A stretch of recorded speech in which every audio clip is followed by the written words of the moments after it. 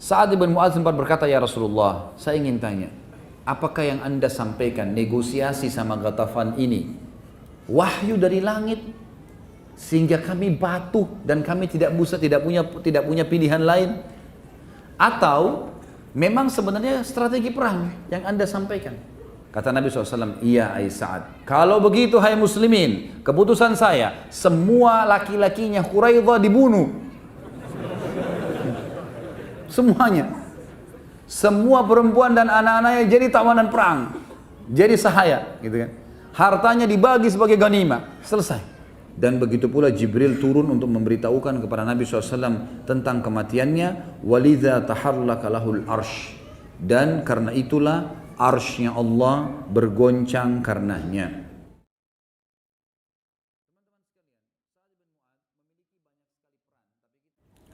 Baik, kita akan mulai teman-teman sekalian dengan sahabat yang mulia Sa'ad bin Mu'adz yang berasal dari suku Aus di Madinah, dan beliau adalah kepala suku Aus.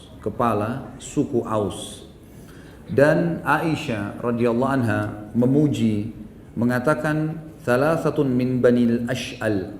Ash'al adalah istilah bagi suku Aus dan Khazraj, atau lebih dekat suku Aus sendiri. Karena yang kita sering baca dalam Al-Quran, Muhajirin wal Ansar, kalimat Muhajirin adalah istilah bagi sahabat yang hijrah dari Mekah, dan Ansar adalah yang bermukim di Madinah. Ini Ansar punya dua suku induk, Aus dan Khazraj. Aus terkenal dengan keberaniannya dalam peperangan, Khazraj terkenal dengan pertaniannya, kehebatan mereka dalam mengelola perkebunan kurma dan seterusnya. Tapi yang jelas beliau ini adalah kepala suku Aus. Kata Aisyah radhiyallahu anha, 3 orang dari suku Aus ini, la ahadan afdala minhum, tidak ada orang yang mengalahkan mereka. Tentu informasi dari Aisyah radhiyallahu anha ini adalah dari Nabi SAW. Karena Aisyah menyampaikan kepada umat tentang apa yang Nabi sampaikan kepada beliau, dan beliau sampaikan kepada kita tentang kedudukan 3 orang ini. Sa'ad bin Mu'adz, yang paling pertama Sa'ad bin Mu'adz, yang kedua wa Usaid bin Hudhair, dan Usaid bin Hudhair, wa Abbad bin Bishr, dan Abbad bin Bishr. Dan ini bagi teman-teman yang pegang buku ada di halaman 134. Juga Ibnu Qayyim mengatakan, fil ansari Sa'ad bin Mu'adz bimanzilati Abu Bakar As-Siddiq fil muhajirin. Di kalangan Ansar di Madinah ada orang yang bernama Sa'ad bin Mu'adz, kedudukannya sama dengan Abu Bakar As-Siddiq dari kalangan muhajirin. Sabun nasu lahu la yadurru jihadu. Semua cacian orang terhadapnya tidak akan berpengaruh dan mengubah jihadnya di jalan Allah. La yadurru jihadu fi sabilillah wasyahadatu fi akhir hayatihi, dan juga mati syahid di akhir hidupnya. Maqdamullahi wa rasulih fawqa ridha makhluk, dan selalu mendahulukan Allah dan Rasulnya di atas ridha makhluk-makhluk. Hakama bihukmillahi min fawqi sab'as samawat, dan dialah satu-satunya hamba Allah yang telah berhukum, maksudnya dari kalangan selain nabi-nabi, yang telah berhukum sebuah hukum yang tepat seperti hukumnya Allah dari atas 7 lapis langit. Wa Jibril nazala liyukhbira am mautihi, dan begitu pula Jibril turun untuk memberitahukan kepada Nabi SAW tentang kematiannya. Walidha taharlaka lahul arsh, dan karena itulah arshnya Allah bergoncang karenanya. Teman-teman sekalian, Sa'ad bin Mu'adz memiliki banyak sekali peran, tapi kita akan mulai dengan masuk Islamnya. Pada saat Nabi SAW mengutus Mus'ab bin Umair radhiyallahu anhu, sebagaimana sudah kita pernah bahas panjang lebar kisah Mus'ab radhiyallahu anhu, salah satu dai Nabi SAW ke Madinah dan juga pemimpin pemegang panji di perang Uhud yang terbunuh mati syahid. Beliau sama Hamzah radhiyallahu anhu majma'in adalah manusia yang termuliakan di perang Uhud. Pada saat lagi datang ke sana, Mu'adz bin Jabal radhiyallahu anhu, lalu beliau berdakwah, dan termasuk yang beliau sudah dakwah adalah Sa'ad ibn Zurarah, ya, atau As'ad ibn Zurarah tepatnya. As'ad ibn Zurarah radhiyallahu anhu. As'ad ibn Zurarah ini sepupunya Sa'ad ibn Mu'adz. As'ad ibn Zurarah ini asal teman-teman tahu, beliaulah orang yang pertama setelah masuk Islam mendirikan Jumat pertama di Madinah. Dan beliau mendirikan Jumat pertama di rumahnya karena belum ada masjid. Nabi SAW masih di Mekah. Dan pada saat itu berkumpul 40 orang di rumahnya bersama beliau. Lalu beliau mendirikan sholat.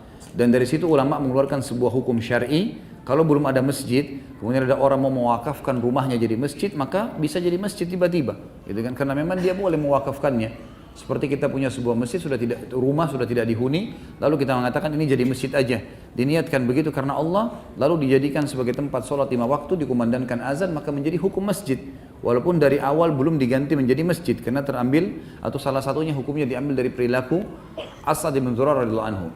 As'ad bin Zurarah ini masuk Islam di tangan Mus'ab bin Umair, kemudian dia mendirikan Jumat pertama 40 orang, tetapi yang perlu digarisbawahi, ulama meluruskan tentang pemahaman sebagian orang mengatakan kalau Jumat syaratnya harus 40 orang karena As'ad bin Zurarah melakukannya 40 orang, padahal ulama hadis membahas mengatakan 40 orang itu karena pada saat itu memang cuma 40 orang yang ikut Jumat ya, sementara pendapat yang kuat Jumat itu bisa dilakukan walaupun bersama 2 orang saja, hukum sholat berjamaah. Tentu ini pendapat ya, ini pendapat di antara ulama. Kalau ada yang mengatakan memang tetap berpegang pada 40 orang itu adalah hak mereka gitu kan. Tetapi di sini kita menyampaikan khilaf di antara para ulama. Baik, Ibnu Ishaq meriwayatkan bahwa As'ad bin Zurarah membawa Mus'ab bin Umair ke kampung Bani Abdil Ash'al atau suku Aus tadi, dan juga kampung Bani Zafar. Ya. Sa'ad bin Mu'ad adalah sepupu As'ad bin Zurarah. Kemudian As'ad pun mengajak Mus'ab masuk ke dalam kebun milik Bani Zafar. Kemudian di sana ada sebuah sumur namanya Marak. Terjadilah dialog antara Mus'ab bin Umair radhiyallahu anhu, dai Nabi sallallahu alaihi wasallam yang didampingi oleh As'ad bin Zurarah dengan orang-orang suku Ash'al ini. Gak lama kemudian cukup banyak sekali di antara mereka yang tertarik dengan dakwah Mus'ab, karena Mus'ab menyampaikan agar mereka tidak menyekutukan Allah, memperkenalkan siapa itu Allah, bagaimana Rasulullah sallallahu alaihi wasallam sudah jelas disebutkan dalam Taurat dan Injil, ciri-cirinya seperti ini dan dia telah membawa kebenaran, inilah ajarannya. Waktu itu ada 2 suku, kepimpinan suku Ash'al atau Aus, Sa'ad bin Mu'ad yang akan jadi tokoh kita ini, dengan Usaid bin Khudair. Sa'ad bin Mu'ad berkata kepada Usaid, wahai Usaid, karena Usaid wakilnya, wahai Usaid, sungguh celaka kita kalau kita membiarkan orang itu, maksudnya Mus'ab bin Umair, datang lalu mempengaruhi suku kita kepada ajaran agama yang baru yang kita belum tahu sama sekali. Pergilah dan hardiklah keduanya, berhentikan si Mus'ab bin Umair dan sepupu saya sendiri yang bernama As'ad bin Zurarah. Kalau bukan karena saya punya hubungan kerabat dengan As'ad, maka saya otomatis akan menghukumnya langsung. Maka Usaid bin Khudair pun mengambil tombak kecilnya, kemudian dia pun datang ke sana. Begitu masuk ke dalam sumur tadi, sumur Marak itu, di sekitar situ mereka duduk dan Mus'ab lagi menyampaikan tentang agama Allah yang dibawa oleh Rasulullah SAW. Maka berkatalah Usaid dari jauh, wahai kalian, ditunjuklah kepada Mus'ab dan As'ad, apakah kalian tidak takut dan tidak malu membawa ajaran yang tidak jelas kepada kami, kemudian mengajak kaum kami tanpa izin kami? Kalau kalian tidak berhenti, maka saya akan menghukum kalian. Maksudnya dia akan membunuh Mus'ab dan As'ad. Maka kata As'ad bin Zurarah, bisik kepada Mus'ab, hai Mus'ab, ini salah satu pimpinan suku Ash'al, suku Aus nih. Kalau dia bisa terpengaruh denganmu, maka di belakangnya banyak sukunya. Kata Mus'ab, dan ini pelajaran nanti kita akan ambil dalam pelajaran-pelajaran kita, bagaimana da'i itu sangat hikmah, hakim, ya bijaksana dalam menyampaikan dakwah dan sabar, serta dia tidak tergesa-gesa. Maka dia mengatakan, Mus'ab mengatakan kepada Usaid, wahai Usaid, bagaimana kalau seandainya kau duduk dulu dengar apa yang saya sampaikan. Kalau yang saya sampaikan menarik buat kamu, maka ambillah, karena kebenaran, sebuah informasi. Tapi kalau seandainya saya sampaikan sesuatu yang buruk menurut kamu, ya sudah, kamu bisa tolak. Dan saya pun akan berhenti, tidak akan tinggal di kota ini. Maka kata Usaid, pilihan yang bijaksana. Baiklah, ditancapkan tombaknya, kemudian dia duduk sambil mendengar. Baru mendengar beberapa saat, kata As'ad bin Zurarah, demi Allah kami melihat cahaya Islam di wajahnya.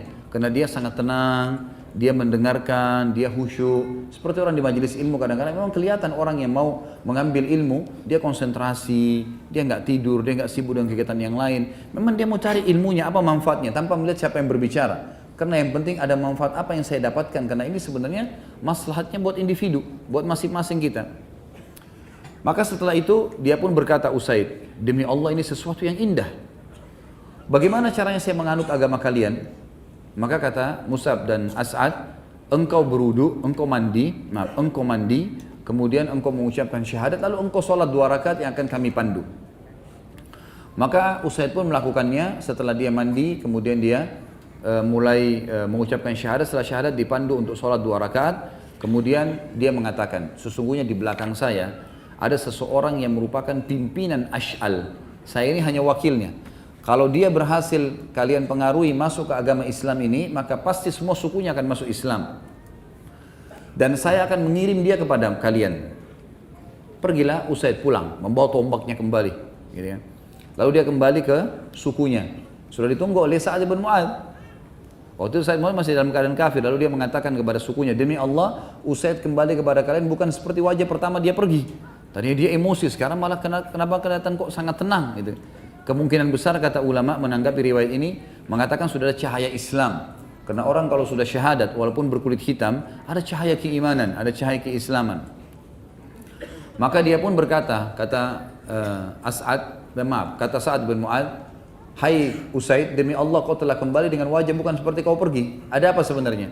Apa kau sudah menghardik keduanya? Kata Usaid, iya, saya sudah menghardik keduanya. Gitu. Saya sudah mengingatkan. Tapi saya disuruh duduk untuk mendengar.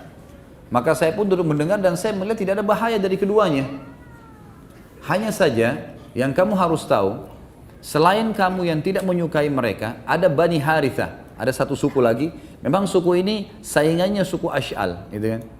Mereka dari luar kota Madinah. Kemungkinan mereka akan datang dan membunuh As'ad ibn Zurarah sepupumu karena dianggap membawa ajaran baru sebagaimana kau sangka. Kalau kau tidak membelahnya, maka dipastikan nanti mereka akan membunuhnya.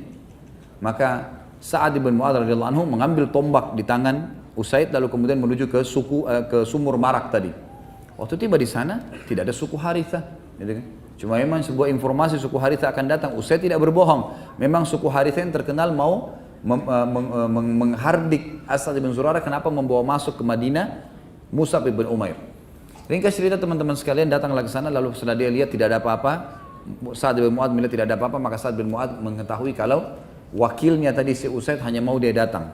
Lalu dia pun menghardik mengatakan, kalian berdua berhentilah menyampaikan ajaran yang tidak kami ketahui dan jangan pengaruhi orang. Kalau tidak saya akan menghukum kalian berdua. Lalu As'ad bin Zurarah membisikkan mengatakan, inilah yang dimaksud oleh Usaid, kepala suku Ash'al. Kalau dia masuk Islam tanganmu hai Mus'ab, maka pasti sukunya semua akan masuk Islam.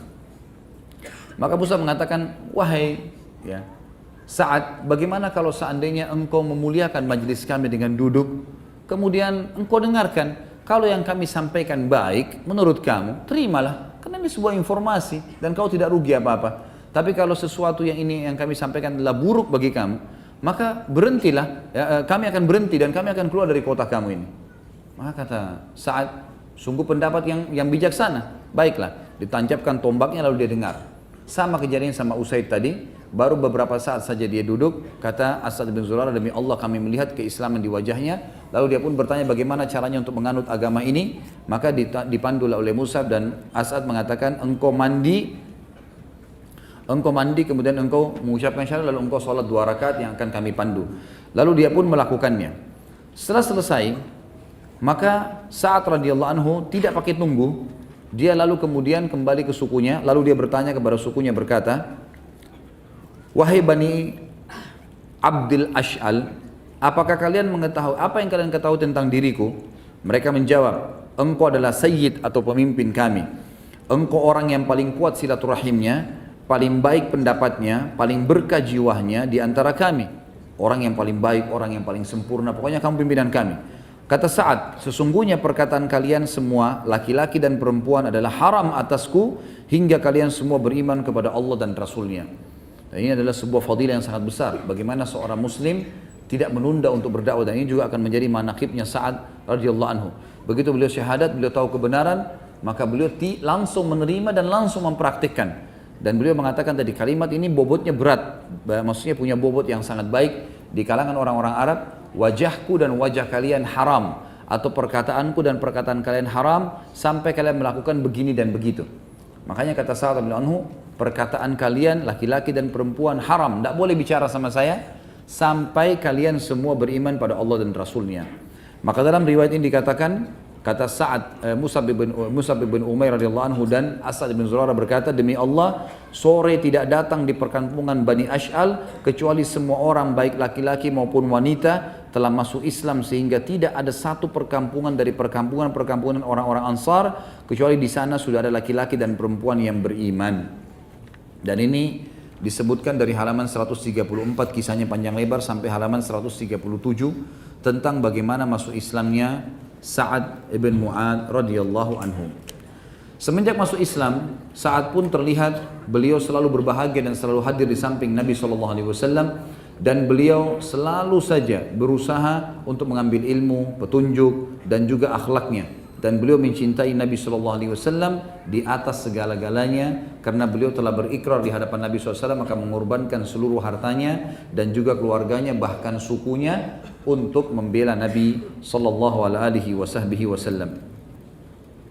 Sekarang kita masuk teman-teman sekalian ke manaqib, kelebihannya Sa'ad bin Mu'adz radhiyallahu anhu. Dan ini juga kita akan diberatkan ke beberapa poin saja, tapi garis-garis induknya. Yang pertama tentu pujian Nabi SAW tadi tentang Sa'ad, masalah keimanannya, bagaimana arsy-Nya Allah goncang, dan nanti akan kita bahas masalah arsy goncang itu. Pendapat Imam Nawawi tentang menukil beberapa pendapat ulama apa yang dimaksud dengan tergoncang arsy-Nya Allah. Kemudian juga dibukakan baginya pintu-pintu langit, artinya ruhnya langsung diterima oleh Allah, dan juga dihadiri jenazahnya dengan 10.000 atau 70.000 malaikat. Kemudian yang kedua manaqibnya adalah selain pujian Nabi SAW untuknya, maka perkataan yang sangat luar biasa pada saat akan terjadi perang Badar. Jadi perang Badar teman-teman terjadi di tahun 2 Hijriah. Sebabnya adalah ada kafilah Quraisy. Ini sudah pernah saya sampaikan di beberapa rumah yang lalu, tapi saya ulangi lagi karena kejadiannya hampir sama. Ada beberapa kepala suku Quraisy, diantaranya Abu Sufyan, Abu Lahab, Abu Jahal, Umayyah bin Khalaf, gitu kan, Al-Walid bin Uqbah, ya, Uqbah bin Amir dan seterusnya. Orang-orang ini pada saat banyak sahabat-sahabat Nabi hijrah ke Madinah, mereka kepala-kepala suku ini memperebutkan harta-harta muslimin, dibagi di antara mereka. Setelah diperebutkan, lalu dijual oleh mereka, rumahnya dijual, masyarakat Mekah yang lain beli, mereka dapat duit banyak dari hasil rampasan hartanya muslimin. Ternyata uang-uang mereka yang dari muslimin ini dipakai untuk belanja barang-barang di negeri Syam, didampingi oleh Abu Sufyan, dan waktu itu didampingi di kafilah ini didampingi dengan 200 pasukan berkuda. Pergilah mereka ke sana. Nabi SAW dengar tentang kasus kafilah ini dari uang muslimin, dan mereka di sini memang harta itu milik pimpinan-pimpinan Quraisy. Maka beliau pun mengiklankan di Madinah, siapa yang ingin keluar silahkan, tapi tidak ada paksaan. Waktu itu bukan paksaan jihad yang fardu ain. Siapa yang mau keluar silahkan ikut dengan saya untuk menghalang kafilah Quraisy. Banyak di antara sahabat yang belum ikut pada saat itu karena baru-baru masuk Islam. Jadi kurang lebih terkumpul 313 orang, 314 bersama Nabi SAW. Mereka keluarlah ke sana dengan pakaian yang sangat sederhana. Banyak di antara mereka tidak pakai baju besi, banyak yang tidak bawa perisai, banyak yang tidak bawa topi besi. Mereka hanya sekedar keluar dengan pedang karena yang dihadangi cuma kafilah. Dianggap sesuatu yang ringan gitu. Karena 200 orang yang jaga, sementara pasukan muslimin 314 orang, gitu kan? Apalagi dipimpin oleh Nabi SAW, keluarlah mereka. Ternyata Abu Sufyan dengan hikmah Allah mengetahui keluar Nabi SAW tadi. Lalu dia segera mengirim surat ke Abu Jahal di Mekah. Lalu kemudian dia mengajak Abu Jahal untuk memotivasi masyarakat Mekah membentuk pasukan. Semua kepala suku memotivasi sukunya, akhirnya terbentuklah pasukan kurang lebih 1.000 orang pada saat itu. 1.000 orang. Keluarlah pasukan ini menuju ke wilayah Badr, dan pas kafilah Quraisy lewat di Badr. Jadi kalau saya gambarkan posisinya, ada sebuah gunung di Badr itu. Kalau yang lebih dekat dengan Madinah namanya Udwatid Dunya, kalau yang lebih jauh dari Madinah di sebelah gunung itu namanya Udwatil Quswa, gitu kan. Maka keadaan ini, gunung ini ada dua sisi gunung, dan di antara gunung ini di bagian belakang ada sebuah lembah yang memutari gunung tersebut, kemudian bertemu titiknya di depan gunung. Ini Allah sebutkan dalam Al-Quran tentang kejadian perang ini. Kata Allah, A'udzubillahi minasyaitonirrajim, id antum bil udwatid dunya wa hum bil udwatil quswa warrakbu asfala minkum. Ingatlah kejadian pada saat kalian hai kaum muslimin berada di udwatid dunya, di sisi gunung yang lebih dekat dengan Madinah. Dan pasukan Quraisy berada di Udwatil Quswa, di sebelah sisinya gunung. Tapi mereka tidak saling tahu nih kalau ada pasukan di sebelah. Warrakbu asfala minkum, maksudnya kafilah yang dipimpin Abu Sufyan itu melewati lembah yang dekat dengan kalian. Tapi tidak ada yang saling ketemu. Pasukan Quraisy tidak tahu kalau kafilah Abu Sufyan lewat di dekatnya. Ya, lembah, mereka juga tidak tahu ada pasukan muslimin tidak tahu kalau di sebelah ada pasukan Quraisy, tidak tahu juga kalau kafilah Abu Sufyan lewat di situ. Dan Abu Sufyan tidak tahu kalau dua pasukannya sudah ada di posisi situ. Dan kata para ulama tafsir, memang betul-betul perang Badar Allah Subhanahu wa taala punya campur tangan di situ untuk menjadikan perang itu terjadi. Ringkas cerita, Abu Sufyan selamat. Abu Sufyan pun mengirim surat ke Mekah, tapi pasukan sudah terlanjur keluar, gitu kan? Kalau kami sudah selamat dan seterusnya, dikirim surat lagi ke pasukan orang-orang Quraisy. Abu Jahal bilang kita nggak boleh kembali.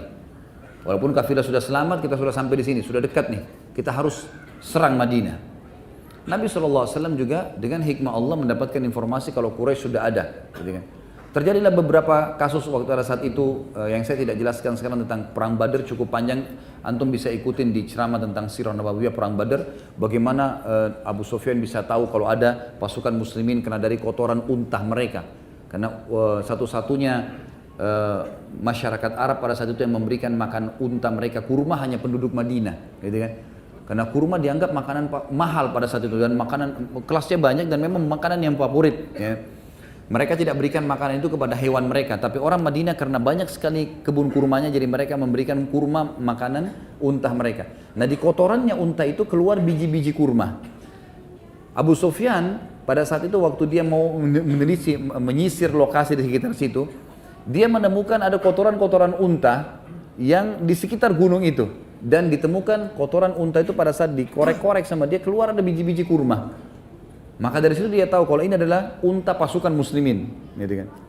Dia pun akhirnya berjaga-jaga si Abu Jahal ini yang keluar. Abu Sufyan sudah selamat tadi. Abu Jahal yang keluar, kemudian Abu Jahal pun ya memberitahukan pasukannya kalau di sini sudah ada muslimin. Nabi SAW juga dapat wahyu kalau memang sudah ada pasukan Quraisy di sebelah. Lalu Nabi SAW kumpul dengan para sahabat. Ini sekarang keluar kita targetnya kan kafilah. Kafilah Allah beritakan sudah selamat.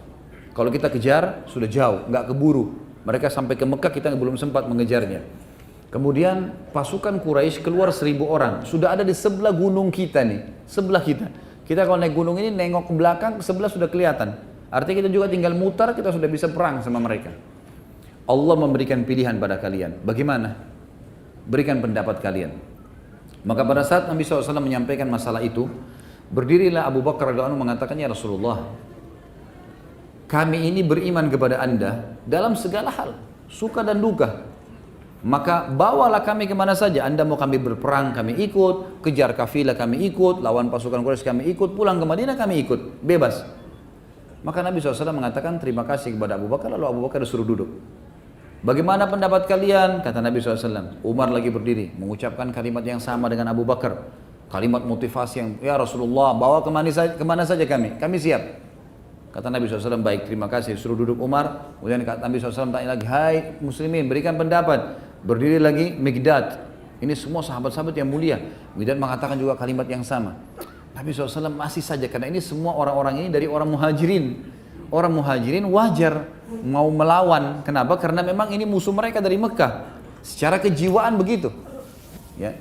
Maka Nabi SAW ingin yang menjawab ini sekarang orang-orang Ansar yang tadinya akadnya dengan Nabi SAW di Mekah, waktu Bai'at Aqabah, pertama sekali orang-orang Ansar ini masuk Islam di Mekah, itu mereka sepakat membela Nabi SAW di Madinah, di kota mereka. Di luar kota ini belum ada kesepakatan akad nih. Mereka siap berkorban untuk Nabi SAW, menyambut Nabi SAW di Madinah. Kalau Madinah diserang, mereka mengorbankan jiwa mereka. Tapi di luar Madinah belum ada akad, belum ada kesepakatan. Maka Nabi SAW mengatakan, hai muslimin, hai manusia, berikan pendapat. Waktu itu Sa'ad bin Mu'adz radhiyallahu anhu pimpinan orang Ansar. Dan beliau, suku Aus ini secara khusus, suku terkenal militernya Madinah pada saat itu. Suku militer. Khazraj tadi saya bilang lebih banyak kepada petani-petaninya, gitu kan, pedagang-pedagangnya. Maka berdiri Sa'ad bin Mu'adz mengatakan, ya Rasulullah, sepertinya anda ini menyinggung kami. Sepertinya anda ini menyinggung kami. Dan ini disebutkan banyak sekali riwayat. Saya akan bacakan di sini teman-teman sekalian supaya lebih jelas. Maka Sa'ad bin Mu'adz pun pemegang panji orang-orang Ansar sekaligus panglima mereka mengerti maksud Nabi SAW. Maka dia berkata, demi Allah, sepertinya anda menginginkan kami wahai utusan Allah. Nabi SAW mengatakan, benar. Ini gak gampang. Orang dari Madinah tidak ada hubungannya sama harta, tidak ada hubungannya sama orang-orang Mekah, terus kemudian disuruh perang. Apalagi masih awal-awal Islam, ini baru tahun 2 Hijriah. Baru 1 tahun yang lalu isinya Nabi SAW masuk ke Madinah gitu kan. Maka beliau mengatakan, kami telah beriman kepada anda, kami bersaksi bahwasanya apa yang anda bawa adalah kebenaran. Kami telah memberikan anda janji dan ikrar kami untuk mendengar dan mematuhi. Maka majulah wahai utusan Allah karena apa yang anda kepada apa yang anda inginkan. Demi zat yang telah mengutus anda dengan kebenaran, seandainya anda membawa kami ke lautan, lalu anda menyeberanginya, niscaya kami akan menyeberangi bersama anda. Tidak seorang pun dari kami akan tertinggal. Kami tidak takut jika esok hari bertemu dengan musuh kami. Kami adalah orang-orang yang sabar pada saat perang dan teguh di medan laga. Semoga Allah memperlihatkan apa yang menenangkan anda. Maka bergeraklah bersama kami di atas keberkahan dari Allah. Jadi tentu pola bicaranya bukan seperti ini ya. Ini di kancah peperangan dan sebagian ulama ada yang menukil dalam buku-buku sejarah mengatakan kalau Sa'ad bin Mu'adz dengan semangat mengatakan kalimat ini dengan intonasi suara yang sangat luar biasa memberikan motivasi buat Nabi SAW dan muslimin terutama sukunya untuk ikut berperang. Dalam riwayat yang lain bahwasanya Sa'ad bin Mu'adz berkata kepada Nabi SAW, mungkin anda khawatir orang-orang Ansar akan berkeyakinan bahwa kewajiban mereka hanyalah menolong anda di negeri mereka. Sungguh, aku berkata atas nama orang-orang Ansar dan aku menjawab juga atas nama mereka. Berangkatkanlah kemanapun anda inginkan. Sambunglah ikatan orang yang anda inginkan. Putuskanlah ikatan orang yang anda inginkan. Ambillah dari harta kami apa yang anda inginkan. Berikanlah kepada kami apa yang anda inginkan. Apa yang anda ambil dari kami lebih kami cintai daripada anda tinggalkan. Perintah apapun yang anda katakan keputusan kami selalu mengikuti perintah anda. Demi Allah, seandainya anda berjalan hingga anda tiba di ujung bumi ini, niscaya kami akan mengikuti anda. Demi Allah, seandainya anda membawa kami ke lautan, lalu anda meraunginya, niscaya kami akan mengikuti anda. Tentu statement ini teman-teman sekalian adalah statement yang sangat bermakna pada saat itu. Kenapa? Karena dari 314 pasukan Nabi SAW itu setengahnya orang Ansar. Setengahnya orang Ansar. Artinya kalau mereka pada saat itu mengatakan kami tidak mau ikut, maka bukan sebuah pelanggaran karena Nabi SAW mengajak musyawarah. Dan target keluar tadinya kafilah. Tapi Sa'ad bin Mu'adz memberikan sebuah kalimat yang jelas. Bukan cuma menghadapi Quraisy ya Rasulullah. Bawa kami ke ujung bumi, kami akan ikut. Ke lautan menyeberang kami akan turun. Dan tidak ada satu orang pun di antara kami yang berkhianat. Dan kita tahu ada sistem kesukuan. Kalau kepala suku sudah berbicara A, maka semua berbicara A. Itu sudah menjadi sebuah sistem kesukuan dimanapun itu, gitu kan? Dan ini pimpinan suku sudah berbicara, maka semuanya ikut dengan Sa'ad bin Mu'adz radhiyallahu anhu. Maka mendengar perkataan tersebut, Nabi SAW pun sangat gembira dan beliau mengucapkan kalimat yang luar biasa. Nabi SAW mengatakan dalam hadis sahih, siru wa abshiru, fa inna Allah Ta'ala qad wa'adani ihdat ta'ifataini, wallahi laka'anni al-ana anzuru ila masari al-qawm. Demi Allah, seolah-olah kata beliau di sini, jalanlah kalau begitu dan berbahagialah. Kita sekarang maju, kita menyeberang nih ke posisi pasukan musuh. Maka sesungguhnya Allah bergeraklah dan berbahagialah karena sesungguhnya Allah telah menjanjikan kepadaku salah satu dari dua golongan.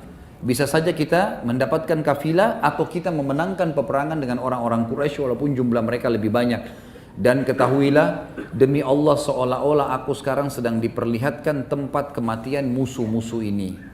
Jadi memang nanti setelah perang Badar kita lihat bahwasanya banyak sekali orang-orang Quraisy yang terbunuh pada saat itu. Banyak sekali yang terbunuh di perang Badar. Kemudian Nabi SAW mengumpulkan jenazah mereka sambil berkata di depan para sahabat, apakah kalian sudah tahu, apakah kalian sudah melihat dan mendapatkan apa yang Tuhan kalian ancamkan? Lalu kata Umar, ya Rasulullah, mereka jenazah, apa yang mereka dengarkan nih? Kata Nabi SAW, sungguh demi Umar, demi zat yang ubun-ubunku dalam genggamannya, mereka lebih dengar apa yang aku ucapkan ini daripada kau mendengarkan ucapanku sekarang. Hanya saja mereka tidak bisa menjawabnya. Artinya Allah Subhanahu wa taala memberikan mukjizat kepada Nabi SAW, suara beliau diantar dan didengarkan kepada ruh-ruhnya orang kafir tersebut. Dan Nabi SAW mengatakan, ketahuilah kepada orang-orang jenazahnya orang-orang kafir, sesungguhnya aku telah mendapatkan apa yang Tuhanku janjikan. Artinya Allah berikan kemenangan. Tapi saksi bahasan kita di sini, kita tidak bicara masalah kiprah peperangan karena tidak dinukil dalam buku kita dan buku-buku yang lain tentang pengaruh atau peperangan secara khusus Sa'ad ibn Mu'adz radhiyallahu anhu di kancah peperangan. Tapi kalau masih ingat, tentu banyak sekali di antara suku-suku beliau yang berpengaruh sekali dalam peperangan. Seperti di perang Badar yang menyebabkan Abu Jahal terbunuh adalah dua orang anaknya Afra, gitu kan? Mu'adz dan Mu'awwidh radhiyallahu anhu ajma'in. Ini dari suku Ash'al memang. Setelah mendengarkan motivasi dari Sa'ad bin Mu'adz akan mendukung peperangan, maka kedua anak muda ini pun segera maju ke depan dan mengatakan kepada Nabi SAW, Anda sudah mendengarkan apa yang dikatakan oleh kepala suku kami, maka kami akan ikut bersama Anda. Lalu Nabi SAW pun menggerakkan pasukan. Dan pada saat terjadi peperangan atau terjadi kecamuk peperangan, maka Mu'adz dengan Mu'awwidh ini yang mengatakan kepada Abdurrahman bin Auf, saya pernah sampaikan kisah ini di kisah Abdurrahman bin Auf, wahai paman, mana Abu Jahal? Ditanya, kenapa kalian tanya? Karena dia dulu paling banyak menyakiti Nabi SAW. Kami ingin membunuhnya. Yang satu mengatakan saya ingin membunuhnya, yang satu juga mengatakan saya ingin Mu'adz dan Mu'awwidh. Lalu dua-duanya lalu menyerang Abu Jahal pada saat itu. Dan ini dari suku Ash'al itu sendiri. Baik, selanjutnya perkataan di Badar ini juga dinukil oleh para ulama dan dalam buku kita juga ini dinukil tentang bagaimana prinsip dasar dan perkataan yang sangat kokoh dari Sa'ad bin Mu'adz radhiyallahu anhu dalam mempertahankan agama Allah. Di antaranya terjadi pada saat kisah dengan suku Ghatafan, ya, suku Ghatafan yang bergabung di perang Ahzab. Itu bisa dilihat di halaman 140 sampai 151. Tentu ini panjang, tapi saya akan bahasakan, sampaikan kepada Anda, kepada antum insyaallah. Baik. Ada dua suku Yahudi di Khaybar namanya Qainuqa dan Nadhir. Dua suku ini berusaha untuk memotivasi orang-orang Arab. Ada lebih dari 20 suku Arab pada saat itu untuk memerangi Madinah. Berhasil mereka dan mereka menunjuk Quraisy untuk jadi pemimpin dan Abu Sufyan jadi pimpinannya. Terjadilah perang Ahzab namanya. Surah nomor 33 dalam Al-Quran. Ahzab jamak daripada hizb yang berarti kelompok-kelompok gitu kan. Salah satu dari 20 suku Arab yang bergabung ada satu suku namanya Ghatafan. Ghatafan ini suku dipimpin oleh orang yang sangat bodoh. Sampai kata Nabi SAW, pimpinan mereka ini adalah orang yang sangat bodoh. Ya. Orang yang sangat bodoh tapi dia selalu dipatuhi. Dan suku ini dipimpin oleh Uyainah bin Hasan namanya. Uyainah bin Hasan dan Al-Harith bin Auf. Uyainah ini orangnya bodoh sekali. Sampai kata Nabi SAW, Ghabiyu muta'. Ghabi ini orang yang bodoh sekali tapi selalu dipatuhi. Yang akan mengangkat 10.000 pedang di belakangnya. Waktu bergabung dengan pasukan Ahzab, Ghatafan ini mendominasi. Dari 10.000 pasukan yang bergabung di Ahzab, 4.000 dari Ghatafan. Suku-suku lain ini 20 suku ini semuanya terpecah di 6.000-nya. Jadi mereka sangat besar. Maka Nabi SAW mengirim informasi di malam hari, ada sahabat yang turun dari Khandak, dari parit, kemudian mendatangi suku Ghatafan ini diam-diam. Lalu menemui Uyainah bin Hasan dan juga tadi salah satunya Al-Harith bin Auf. Lalu dia mengatakan, Rasulullah SAW ingin bertemu kalian, mau negosiasi, mau ketemu nggak?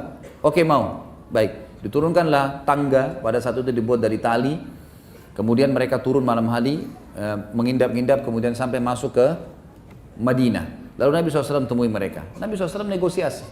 Kata Nabi SAW, di depan dua orang pimpinan Ansar, Sa'ad ibn Mu'adz yang pimpinan Aus ini, dan ada Sa'ad ibn Ubadah. Ini pimpinan suku Khazraj. Orang-orang tadi perkebunan, orang-orang perkebunan ini pimpinannya. Dua-duanya. Lalu kata Nabi SAW, wahai Uyainah, pulanglah, bawa pasukanmu yang 4.000 itu, tidak usah ikut-ikutan menyerang Madinah, dan kami akan memberikan untukmu sepertiga dari hasil Madinah. hasil Madinah kami berikan kepada kamu, sepertiganya. Kalau kami panen kurma, kami akan berikan kepada kamu. Peternakannya juga begitu, sepertiganya. Negosiasi, gitu kan? Silakan kamu ambil, tapi syaratnya kamu bubar, jangan ikut di sini. Pada saat itu Uyainah, karena dia orangnya sangat tamak, dia mengatakan tidak, saya nggak mau. Saya akan bergabung dengan pasukan Quraisy. Gitu. Saya akan merebut Madinah, kamu tidak punya kekuatan. Nabi SAW sempat mengatakan, bagaimana kalau setengah Madinah? Setengah Madinah kau ambil, gitu kan? Yang penting kamu bubar. Dia bilang tidak, saya nggak mau, gitu kan? Kalaupun saya mau ambil, maka saya akan ambil seluruh hasil Madinah. Maka Nabi SAW pada saat itu merasa orang ini luar biasa tamaknya. Beliau pun menghadap kepada Sa'ad ibn Mu'ad dan Sa'ad ibn Ubadah, dua orang ini, dua pimpinan Ansar ini. Bagaimana pendapat kalian? Sa'ad ibn Ubadah tahu kalau pimpinan perang di Madinah adalah Sa'ad ibn Mu'ad. Jadi dia tidak bicara, dia kepala suku Khazraj, banyak petani, pengebun gitu kan. Lalu dia bilang, silakan Sa'ad ibn Mu'ad sampaikan. Maka beliau pun berkata pada saat itu, Sa'ad ibn Mu'ad berkata, wahai Rasulullah, dulu, maksudnya sebelum masuk Islam, suku Ghatafan ini sama-sama kami dalam kemusyrikan. Depannya Uyainah dan Al-Harith, dua-dua pimpinannya. Ini dua orang ini, dan sukunya dulu Ghatafan ini, dulu sama-sama kami di masa jahiliyah. Mereka sama sekali tidak pernah bisa makan sebutir kurma pun dari Madinah, sebutir kurma dari Madinah, kecuali menjadi tamu kami atau beli, transaksi jual beli. Dulu di zaman jahiliyah. Mereka tidak berani sama sekali menyerang Madinah dan tidak pernah bisa mengambil satu butir kurma dari Madinah kecuali jadi tamu, maksudnya terhormat, datang, dilayani, atau transaksi jual beli. Bagaimana setelah kami beriman kepada anda, Allah mengutus kepada anda kepada kami telah beriman kepada Allah dan Rasulnya, dan kami telah meyakini tentang kebenaran Islam, dan anda membimbing kami, lalu kami mau memberikan harta kami kepada mereka, maka kami tidak perlu itu semua. Demi Allah, kami tidak akan memberikan apapun kepada mereka kecuali pedang, sehingga Allah menetapkan di antara kami dengan mereka. Dalam riwayat lain dikatakan, Sa'ad ibn Mu'adz sempat berkata, ya Rasulullah, saya ingin tanya, apakah yang anda sampaikan negosiasi sama Ghatafan ini wahyu dari langit sehingga kami batu dan kami tidak punya pilihan lain, atau memang sebenarnya strategi perang yang anda sampaikan? Ini adabnya. Sa'ad ibn Mu'adz tanya dulu dalam riwayat lain, ini yang benar, ini yang riwayat yang lebih kuat.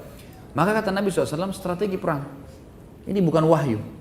Maka kata Sa'ad bin Mu'adz, kalau begitu ya Rasulullah, izinkanlah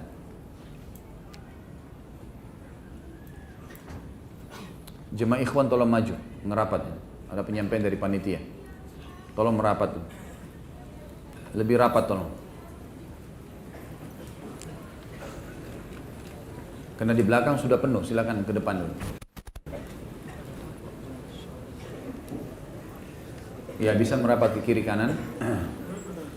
Dan di daerah gorden, pemisah hijabnya jangan disandarin kalau ada yang sampai ke sana. Jangan sampai gordennya jatuh ke tempat akhwatnya. Baik, merapat. Jazakumullah khair.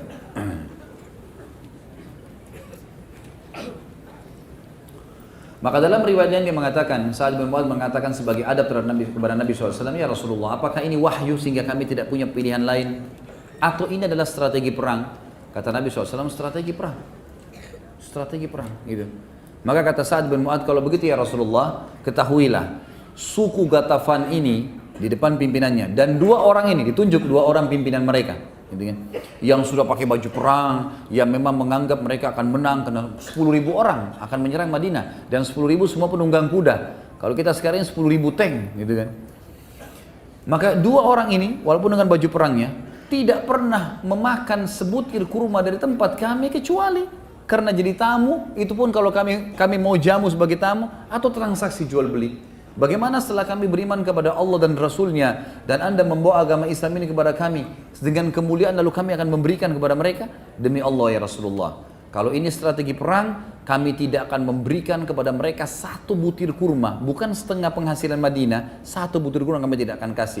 Dan antara kami dengan mereka, ditunjuk dua orang itu pimpinannya, hanya pedang ya Rasulullah, nggak ada lagi main-main. Walaupun Madinah waktu itu terdesak sekali ya. Kondisi perang Ahzab, teman-teman, kalau antum ikuti ceramah di YouTube tentang perang Ahzab, panjang lebar saya ceritain tentang ayat-ayat yang turun dan segalanya. Itu kondisinya Madinah mencekam sekali pada saat itu. Karena pasukan Ahzab sudah sampai di kota Madinah. Dan kalau posisinya, kalau sekarang kota Madinah, itu pasukan Ahzab sudah dalam Madinah. Karena lokasi perang Khandak itu sebenarnya berada di kota Madinah. Berada di kota Madinah, mereka sudah sampai ke dalam. Dan ini tinggal parit dan beberapa gunung-gunung yang membentengi Madinah saja gitu kan. Dengan hikmah Allah terjadi kemenangan pada saat itu. Jadi memang mencekam sekali. Sampai Umar mengatakan radhiyallahu anhu, kami pada saat orang-orang Quraisy lagi menyerang, pernah karena mereka mengepung selama 43 hari, 45 hari. Mereka mengepung Madinah. Itu pernah satu hari karena mereka kecewa beberapa hari sampai puluhan hari mereka tidak bisa masuk. Satu hari pernah mereka menyuruh kuda-kuda mereka untuk menyentakkan kaki-kakinya di pinggir parit sehingga tanahnya pada merosot semua ke dalam, gitu kan? Karena kan dalamnya 7 meter, lebarnya sekitar 15 meter, besar sekali khandaknya. Maka mereka buat itu, 10.000 kuda, semua secara serentak menggetak-gentakan kaki mereka sehingga berjatuhanlah tanah sehingga menutupin parit itu. Kata Umar, kami pun sibuk menolak mereka, menolak musuh itu sambil melemparin dengan batu, melemparin dengan panah, melemparin dengan tombak dari pagi sampai malam. Ya, dari pagi sampai malam. Sampai seseorang di antara kami hanya berhenti sholat lalu kembali lagi melawan orang-orang Quraisy, gitu kan. Dan pada saat itu Umar bin Khattab mengatakan, saya belum sholat asar kecuali beberapa saat sebelum maghrib. Lalu setelah selesai, pas malam, Quraisy akhirnya sudah keletihan, mereka berhenti. Tapi tanah-tanah parit sudah banyak yang masuk di parit itu kan. Dan ini keesokan paginya, pasukan Quraisy sudah bisa menyerang Madinah. Karena sudah sulit untuk dikeluarkan lagi tanahnya kan. Malam itulah Allah datangkan badai yang dingin. Yang jelas, pada saat itu, sulit sekali, mencekam kota Madinah. Semua laki-laki tidak boleh pulang ke rumahnya. Nabi SAW instruksikan semua laki-laki tidak boleh tinggal kecuali orang yang tua atau sakit. Semua harus ada di parit. Dan kalau meja ini kita ibaratkan Madinah, maka Quraisy di tempat posisi antum ini ujung meja ini adalah paritnya, gitu. Jadi sudah depan mata, ini parit sudah tertutup maka bisa masuk. Ini sudah kota, di tengah-tengah kota. Semua wanita dan anak-anak kecil serta orang tua sudah ditaruh di satu benteng, dan ini benteng di paling belakang kota Madinah. Di sebelahnya suku Quraidah. Nanti akan kita jelaskan masalah suku Quraidah karena perannya Sa'ad bin Mu'adz di dua, suku Ghatafan dan suku Quraidah. Yang jelas pada saat itu teman-teman semua sangat mencekam, dan Nabi SAW negosiasi bukan karena Nabi pengecut, tapi Nabi SAW melakukan strategi perang. Artinya kalau bisa nego dikasih, ya dikasih nego, gitu kan. Tapi setelah mendengar kalimatnya Sa'ad radhiyallahu anhu, dan saat berdiri sambil menunjuk wajahnya Uyainah bin Husn dan Harith bin Auf, beliau mengatakan, pulanglah kalian berdua kembali ke pasukan, karena antara kami dengan kalian hanya pedang. Percuma, nggak bakalan negosiasi. Selama ini bukan wahyu, kami nggak akan negosiasi. Nggak ada satu butir kurma pun kalian bisa makan dari Madinah. Pulang, suruh pulang. Maka pulanglah dua-duanya ini, gitu kan? Pulanglah dua-duanya. Baik. Pada saat itu teman-teman sekalian, pendapat yang disampaikan oleh Sa'ad bin Mu'adz ini pendapat yang betul-betul luar biasa. Artinya Uyainah bin Husn ini pada saat kembali dan dia bahasakan itu kepada orang-orang Quraisy bisa tambah yakin kalau memang perang saja, nggak ada negosiasi, gitu kan? Apalagi ini 4.000 pasukan mendominasi 40%-nya. Ala kulli hal, pada saat itu akhirnya kembali mereka semuanya, kembali. Dan ulama mengatakan ini betul-betul jiwa kesatria, di mana keberanian, kepahlawanan, dan penolakan untuk terhina dari diri Sa'ad bin Mu'adz radhiyallahu anhu. Dan ulama hampir seluruhnya mengatakan dari statement-statement yang tegas seperti inilah yang membuat Allah Subhanahu wa taala meninggikan derajatnya Sa'ad, yang sampai arsy-Nya Allah goncang nanti pada saat dia meninggal. Karena keputusannya selalu mutlak, agama Allah benar-benar salah-salah, selesai, gitu. Sampai mati pun kita tidak akan menyerah. Seperti itulah kurang lebih. Maka pada saat itu pun semuanya kembali, ya, semuanya kembali. Si Uyainah bin Husn kembali, gitu kan, ke pasukannya. Lalu Nabi SAW mengatakan, semoga Allah menjagamu, hai Sa'ad, atas keputusanmu ini, dan semoga Allah merahmatimu.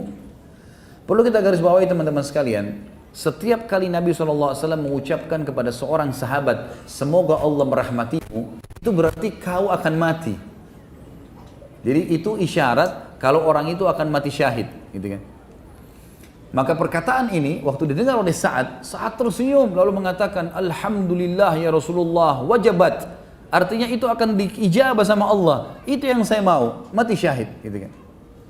Akhirnya pasukan Ahzab kembali, tentunya kita tidak bicara tentang perang Ahzab. Dan pada saat itu ada satu namanya Naim bin Mas'ud yang akhirnya malam itu juga waktu Quraisy sudah berhasil menjatuhkan tanah-tanahnya, waktu Ghatafan kembali kan, Ghatafan kembali ini orang-orang Quraisy akhirnya mulai melakukan itu. Ternyata pengaruh mungkin dari Ghatafan ini yang dipermalukan tadi, akhirnya mereka gerakkan Quraisy mulai menyerang dengan kaki-kaki kuda mereka keesokan paginya. Maka besok ini hari ketiganya sudah bisa diserang Madinah. Malam itu dengan hikmah Allah, Nabi SAW berdoa agar diberikan kemenangan dan Allah SWT ijabah. Pada saat itu sangat dingin sekali. Maka ada satu orang Quraisy namanya Naim bin Mas'ud masuk Islam malam itu, pimpinan Quraisy. Entah bagaimana hikmahnya, dia lihat tanah sudah mulai tertimbun di khandak, di parit, dia turun, lalu dia lempar kertas suratnya, kulit binatangnya ke arah kemahnya muslimin, isinya saya ingin bertemu dengan Muhammad. Maka dia turunkan, pamit dengan Nabi SAW, Nabi SAW mengatakan diizinkanlah. Naik dia ke atas. Kenapa Naim? Saya tertarik dengan agama Islam. Asyhadu an la ilaha illallah wa anna Muhammad Rasulullah. Malam itu tuh, yang besok sudah jelas-jelas akan diserang Madinah ini. Ini parit sudah tertimbun. Dan subhanallah hikmahnya, kan besoknya malam itu kan mereka dikalahkan dengan angin kan gitu. Itu besoknya, kalaupun pasukan Quraisy pulang dan muslimin harus menimbun kembali, ini pekerjaan yang lama. Tapi hikmahnya waktu mereka sentakkan dengan kuda mereka dan parit sudah tertutup, mereka muslimin tidak perlu nimbun lagi paritnya. Gitu. Sudah tertimbun dengan sendirinya gitu. Ya. Naim masuk ke sana langsung syahadat. Kata Nabi SAW, apa yang membuat masuk Islam, hai Naim? Ini dia keluar dengan baju perangnya dari Mekah mau nyerang Madinah. Dan orang Quraisy akan mendapatkan 40% dari hasil Madinah. Kalau nanti menang, Quraisy karena dia pemimpin, dia akan ambil 40%, sisanya dibagi untuk suku-suku lain. Pokoknya Madinah dipecah-pecah lah. Naim bilang, saya tertarik. Rupanya dia selama di Ahzab, di kemahnya itu sering dengar tilawah Al-Qur'annya sahabat kalau malam.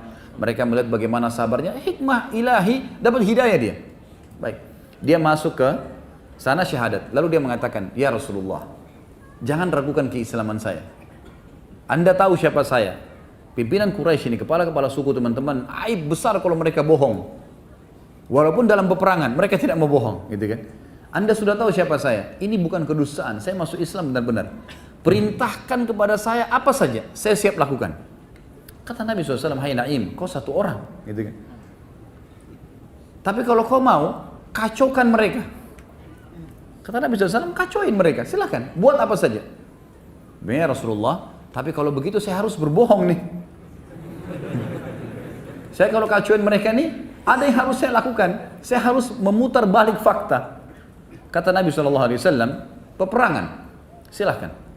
Kan kita sudah tahu hadis Nabi kan, ada 3 hal yang boleh berbohong. Tapi bohongnya ini memang untuk strategi perang, bukan bohong yang seperti negatif biasa orang lakukan. Maka Naim pun kembali ke pasukan Quraisy, dia kumpul. Dia bilang, ayo kumpul semua orang-orang Quraisy, kumpul semua. Lalu dia mengatakan, hai Quraisy. Maaf, dia pertama bukan ke Quraisy, dia ke suku Quraidah. Jadi kalau ini meja Madinah, ini depan semuanya parit, di ujung parit sebelah sana itu ada bentengnya suku Quraidah, suku Yahudi. Jadi Qainuqa dan Nadir yang sudah diusir dari Madinah, itu yang membentuk pasukan Ahzab dari luar. Ini suku Quraidah di pinggir sana. Ini satu-satunya jalan untuk masuk. Nanti kita akan bahas Quraidah sebentar. Yang jelas teman-teman sekalian, Quraidah ini pintu masuk. Dan besok Quraisy sudah sepakat, ini pasukan lewat parit, ada juga yang lewat bentengnya Quraidah untuk masuk ke Madinah. Jadi besok ini sudah kemenangan. Yang terjadi, Naim datang ke Quraidah, lalu teriak dari depan, saya mau ketemu pimpinan kalian. Mereka lihat Naim ini orang nomor 2 setelah Abu Sufyan. Jadi Abu Sufyan mati, Naim ini yang pegang pimpinan, gitu kan? Maka si Naim ini kemudian bilang, ketemu sama orang-orang Quraidah, apakah kalian berpikir, perlu kalian tahu, orang-orang Quraisy ini sudah jenuh, 40 hari lebih tidak pernah berhasil menembus Madinah, gitu kan? Melalui kalian pun besok mungkin bisa berhasil, mungkin tidak. Tapi ketahuilah, kalau Quraisy sempat pulang ke Mekah, pasukan Ahzab bubar, kalian akan habis dibantai sama muslimin. Karena kalian berkhianat. Karena Quraisy ini punya akad, kesepakatan dengan Nabi membela Madinah, tidak akan berkhianat. Karena 2 suku teman mereka, Qainuqa dan Nadir sudah diusir dari Madinah karena berkhianat kan gitu. Maka kata Naim, kalau kami pulang semua ini, kalian akan habis dibantai oleh muslimin. Gitu. Ini bahaya, kalian tidak akan bisa membela diri. Betul juga, apa saran kamu? Kata orang-orang Quraisy, apa saran kamu? Dia bilang, saran saya, ambil 10 orang Quraisy, 10 orang Quraisy, minta pimpinan mereka bergabung di pasukan kalian untuk nyerang besok. Supaya kalau Quraisy lari, mereka tidak berani lari karena ada 10 pimpinannya di sini. Kata orang-orang Quraisy, benar juga, baiklah kalau gitu, kita akan lakukan. Naim bilang, baik, saya pamit. Dia keluar, dia nggak nunggu nih, dia keluar, dia kembali ke pasukan Ahzab, ketemu Abu Sufyan. Ada berita penting, ayo kumpul semua. Kumpul semua, lalu kata Naim, bagaimana kedudukan kalian, kedudukan saya di sisi kalian? Oh, kau pimpinan kami, kamu begini, kamu begitu. Siapa yang tidak percaya? Kalian tahu kan bagaimana musuhnya saya sama Muhammad? Oh iya, ini orang paling musuh, gitu kan?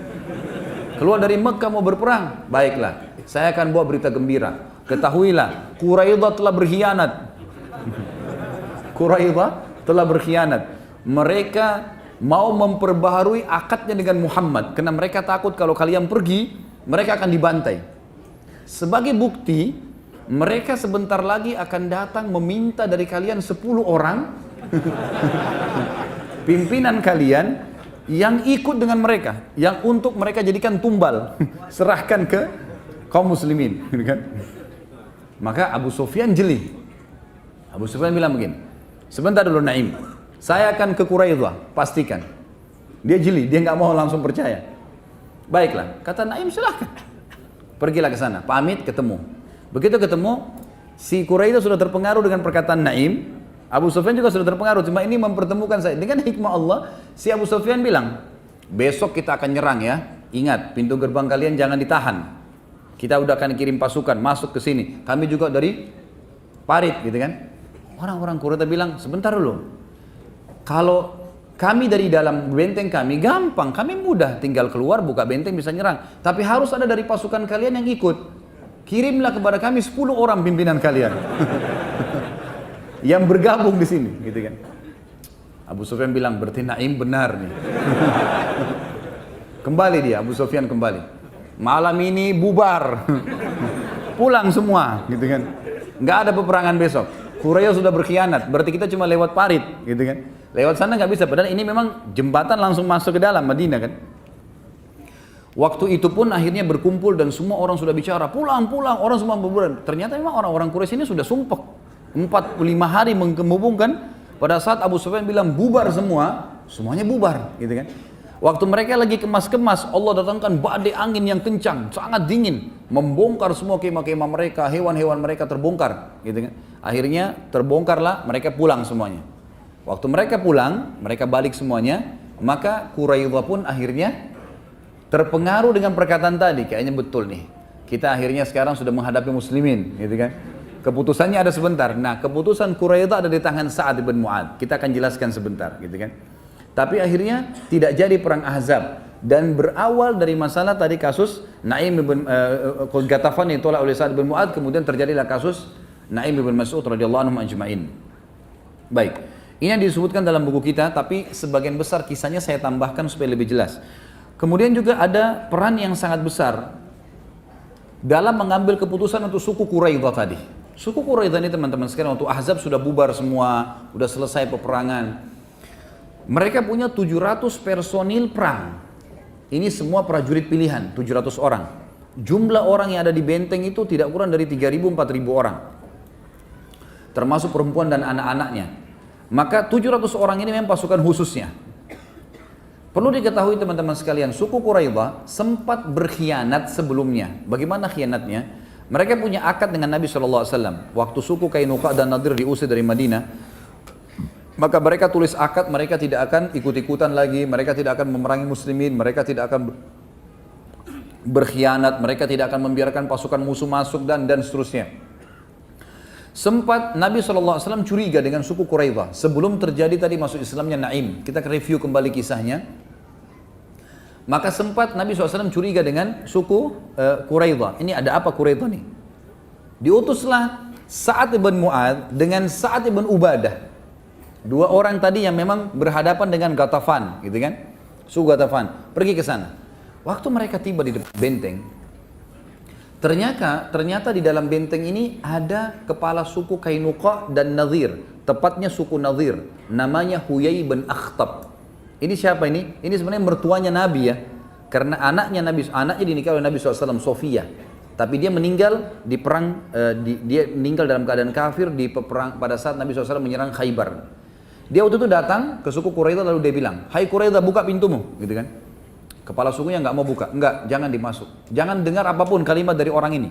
Dia telah berkhianat dari Muhammad, nanti kita juga diajak berkhianat. Tapi akhirnya tetap aja dia negosiasi, saya cuma mau masuk, dengarkan, kalau baik kau ambil, kalau enggak usah. Gitu. Baiklah, dibukain pintu gerbang, lalu kemudian dia terus memotivasi, si orang ini memotivasi kepala suku Quraisy, ayo untuk apa kamu tidak berkhianat? Ini saya sudah bawa 10.000 orang pasukan. Pasukan Muhammad aja, pasukan Madinah waktu itu yang siap perang mungkin sekitar kalau dikumpul semua 5.000 orang lah, gitu kan. Ini Ahzab double. Ini pasti menang, kita sudah menang. Maka harus kamu berkhianat. Berkhianatlah mereka. Proses khianatnya adalah pada malam itu mereka merobek kesepakatan dengan Nabi SAW, lalu mereka menancapkan dengan pisau di ujung bentengnya. Jadi orang muslimin kalau lewat lihat, oh itu kesepakatan sudah dirobek. Kesannya begitulah. Pada malam itu, karena lagi baru ditancapin, mereka belum diiklankan ke muslimin. Ada di antara mereka mungkin sekitar 10 orang, pasukan-pasukan spesialnya, khususnya gitu, prajurit khususnya, yang ahli dalam menjati benteng segala, mereka bilang, begini aja, di sebelah benteng kita, benteng Quraidah di sebelahnya ada satu benteng, benteng ini yang ditaruh seluruh wanita muslimin, seluruh harta muslimin, anak-anak kecil, orang tua, semua di situ, ditaruh. Jadi kalau pasukan kalah, ini masih ada benteng untuk berlindung gitu. Kita naik ke atas benteng, kemudian kita cek di situ. Naiklah, kelilinglah mereka 10 orang ini. Tante Nabi SAW bernama Sofia radhiyallahu anha, ibunya Zubair bin Awam, gitu kan? Yang Zubair bin Awam sangat luar biasa keberanian, ini dibina oleh Sofia. Sofia bilang kepada Hasan bin Thabit, penyairnya Nabi, umurnya sudah 80 tahun sekian waktu itu. Hai Hasan, ini beberapa orang itu mata-mata Yahudi, semuanya mahir berperang, lawanlah dia. Kata Hasan, saya orang tua dan saya penyair, saya tidak bisa perang, gitu kan? Maka Sofia pun memakai baju perang laki-laki, kemudian beliau berdiri di dekat benteng, melihat jadi kalau benteng itu tinggi zaman dulu kan di atas ada tempat untuk naiknya. Dia sembunyi di situ. Maka naiklah, ada satu orang dari 10 orang Yahudi ini naik memantau dulu. Begitu naik, oleh Sofia sudah disiapin satu besi bendera ya yang biasa dipakai untuk pasang bendera. Kemudian juga dia memegang satu pisau kecil ya. Kemudian pada saat prajurit Yahudi ini naik, dipukul kepalanya dengan besi itu, lalu kemudian oleh Sofia dipotong lehernya, gitu kan. Jadi luar biasa, dia langsung memotong leher orang Yahudi ini. Tentu keadaannya bukan kayak sekarang ya, kita nggak bisa bayangkan, posisi pada saat itu luar biasa. Wanita pun mungkin yang tidak berani jadi berani, karena ini kalau 10 orang berhasil masuk dan memberitahukan kepada Quraidah, maka satu benteng ini diambil, perempuan-perempuannya segala, muslimat, dan akhirnya mengganggu konsentrasi Nabi dan sahabat yang lagi melawan di depan parit gitu ya.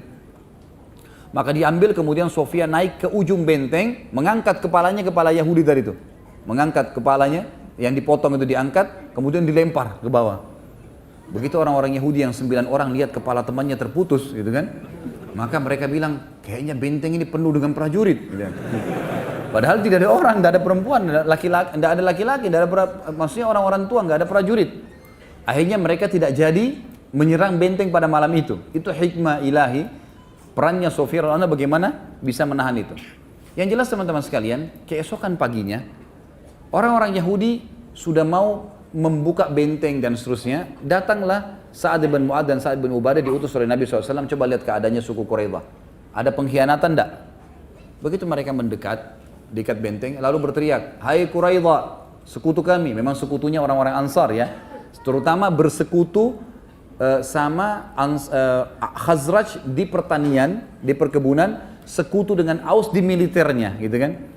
Baik, kata Sa'ad bin Mu'adz, hai Quraidah, sekutu kami, bukalah pintu gerbang kalian. Maka tiba-tiba dari atas prajurit-prajurit biasa ya, bukan pimpinan suku, teriak-teriak, kalian mau apa? Enggak ada urusan sama kami, urusan kalian sama kami hanya pedang, kami akan berperang melawan kalian dan seterusnya. Kata Sa'ad bin Ubadah, hai Quraidah, berkhianatkah? Gitu kan? Maka kami akan menyerang kalian, kami akan mencaci maki kalian, kami akan gini dan seterusnya. Kata mereka, kami bukan cuma berkhianat, kami akan merebut seluruh harta-harta kalian. Kata orang-orang Quraidah. Lalu kata Sa'ad bin Mu'adz, memegang tangan Sa'ad bin Ubadah, tidak usah dibalas, udahlah. Kita sudah tahu keputusannya. Tunggu saja. Allah akan datangkan keputusan yang tepat buat mereka. Garis bawahi kalimat ini ya. Allah akan ambilkan keputusan tepat buat mereka. Nanti ini ada hubungannya dengan keputusan Sa'ad bin Mu'adz untuk membunuh 700 pasukannya Quraidah nanti pada saat mereka sudah terkalahkan. Maka kembalilah keduanya. Setelah kembali tentu kembalilah kepada kisah Naim tadi, terjadi semuanya pembebasan pasukan Ahzab, bubar segalanya. Sekarang tinggal masalah kasus Quraidah. Nabi SAW pun langsung pada saat pulang ke rumah beliau SAW setelah Ahzab bubar semua di pagi hari, di waktu duha, semuanya kelihatan dari tepi parit, ternyata sudah bubar semuanya, tidak lagi Ahzab, tidak ada pasukan, kemah mereka hancur semua, kendi-kendi mereka pecah. Dia pasukan sudah nggak ada. Maka Nabi SAW pulang ke rumah. Dalam riwayat Bukhari dikatakan Nabi SAW kemudian mandi. Ya. Kemudian terdengarlah suara Dihya al-Kalbi radhiyallahu anhu yang mengetuk rumah Nabi SAW. Ada dua riwayat. Riwayat yang pertama, Dihya al-Kalbi mengatakan waktu Aisyah buka pintu, wahai Aisyah, di mana Rasulullah? Kata beliau, Rasulullah SAW lagi membersihkan tubuhnya.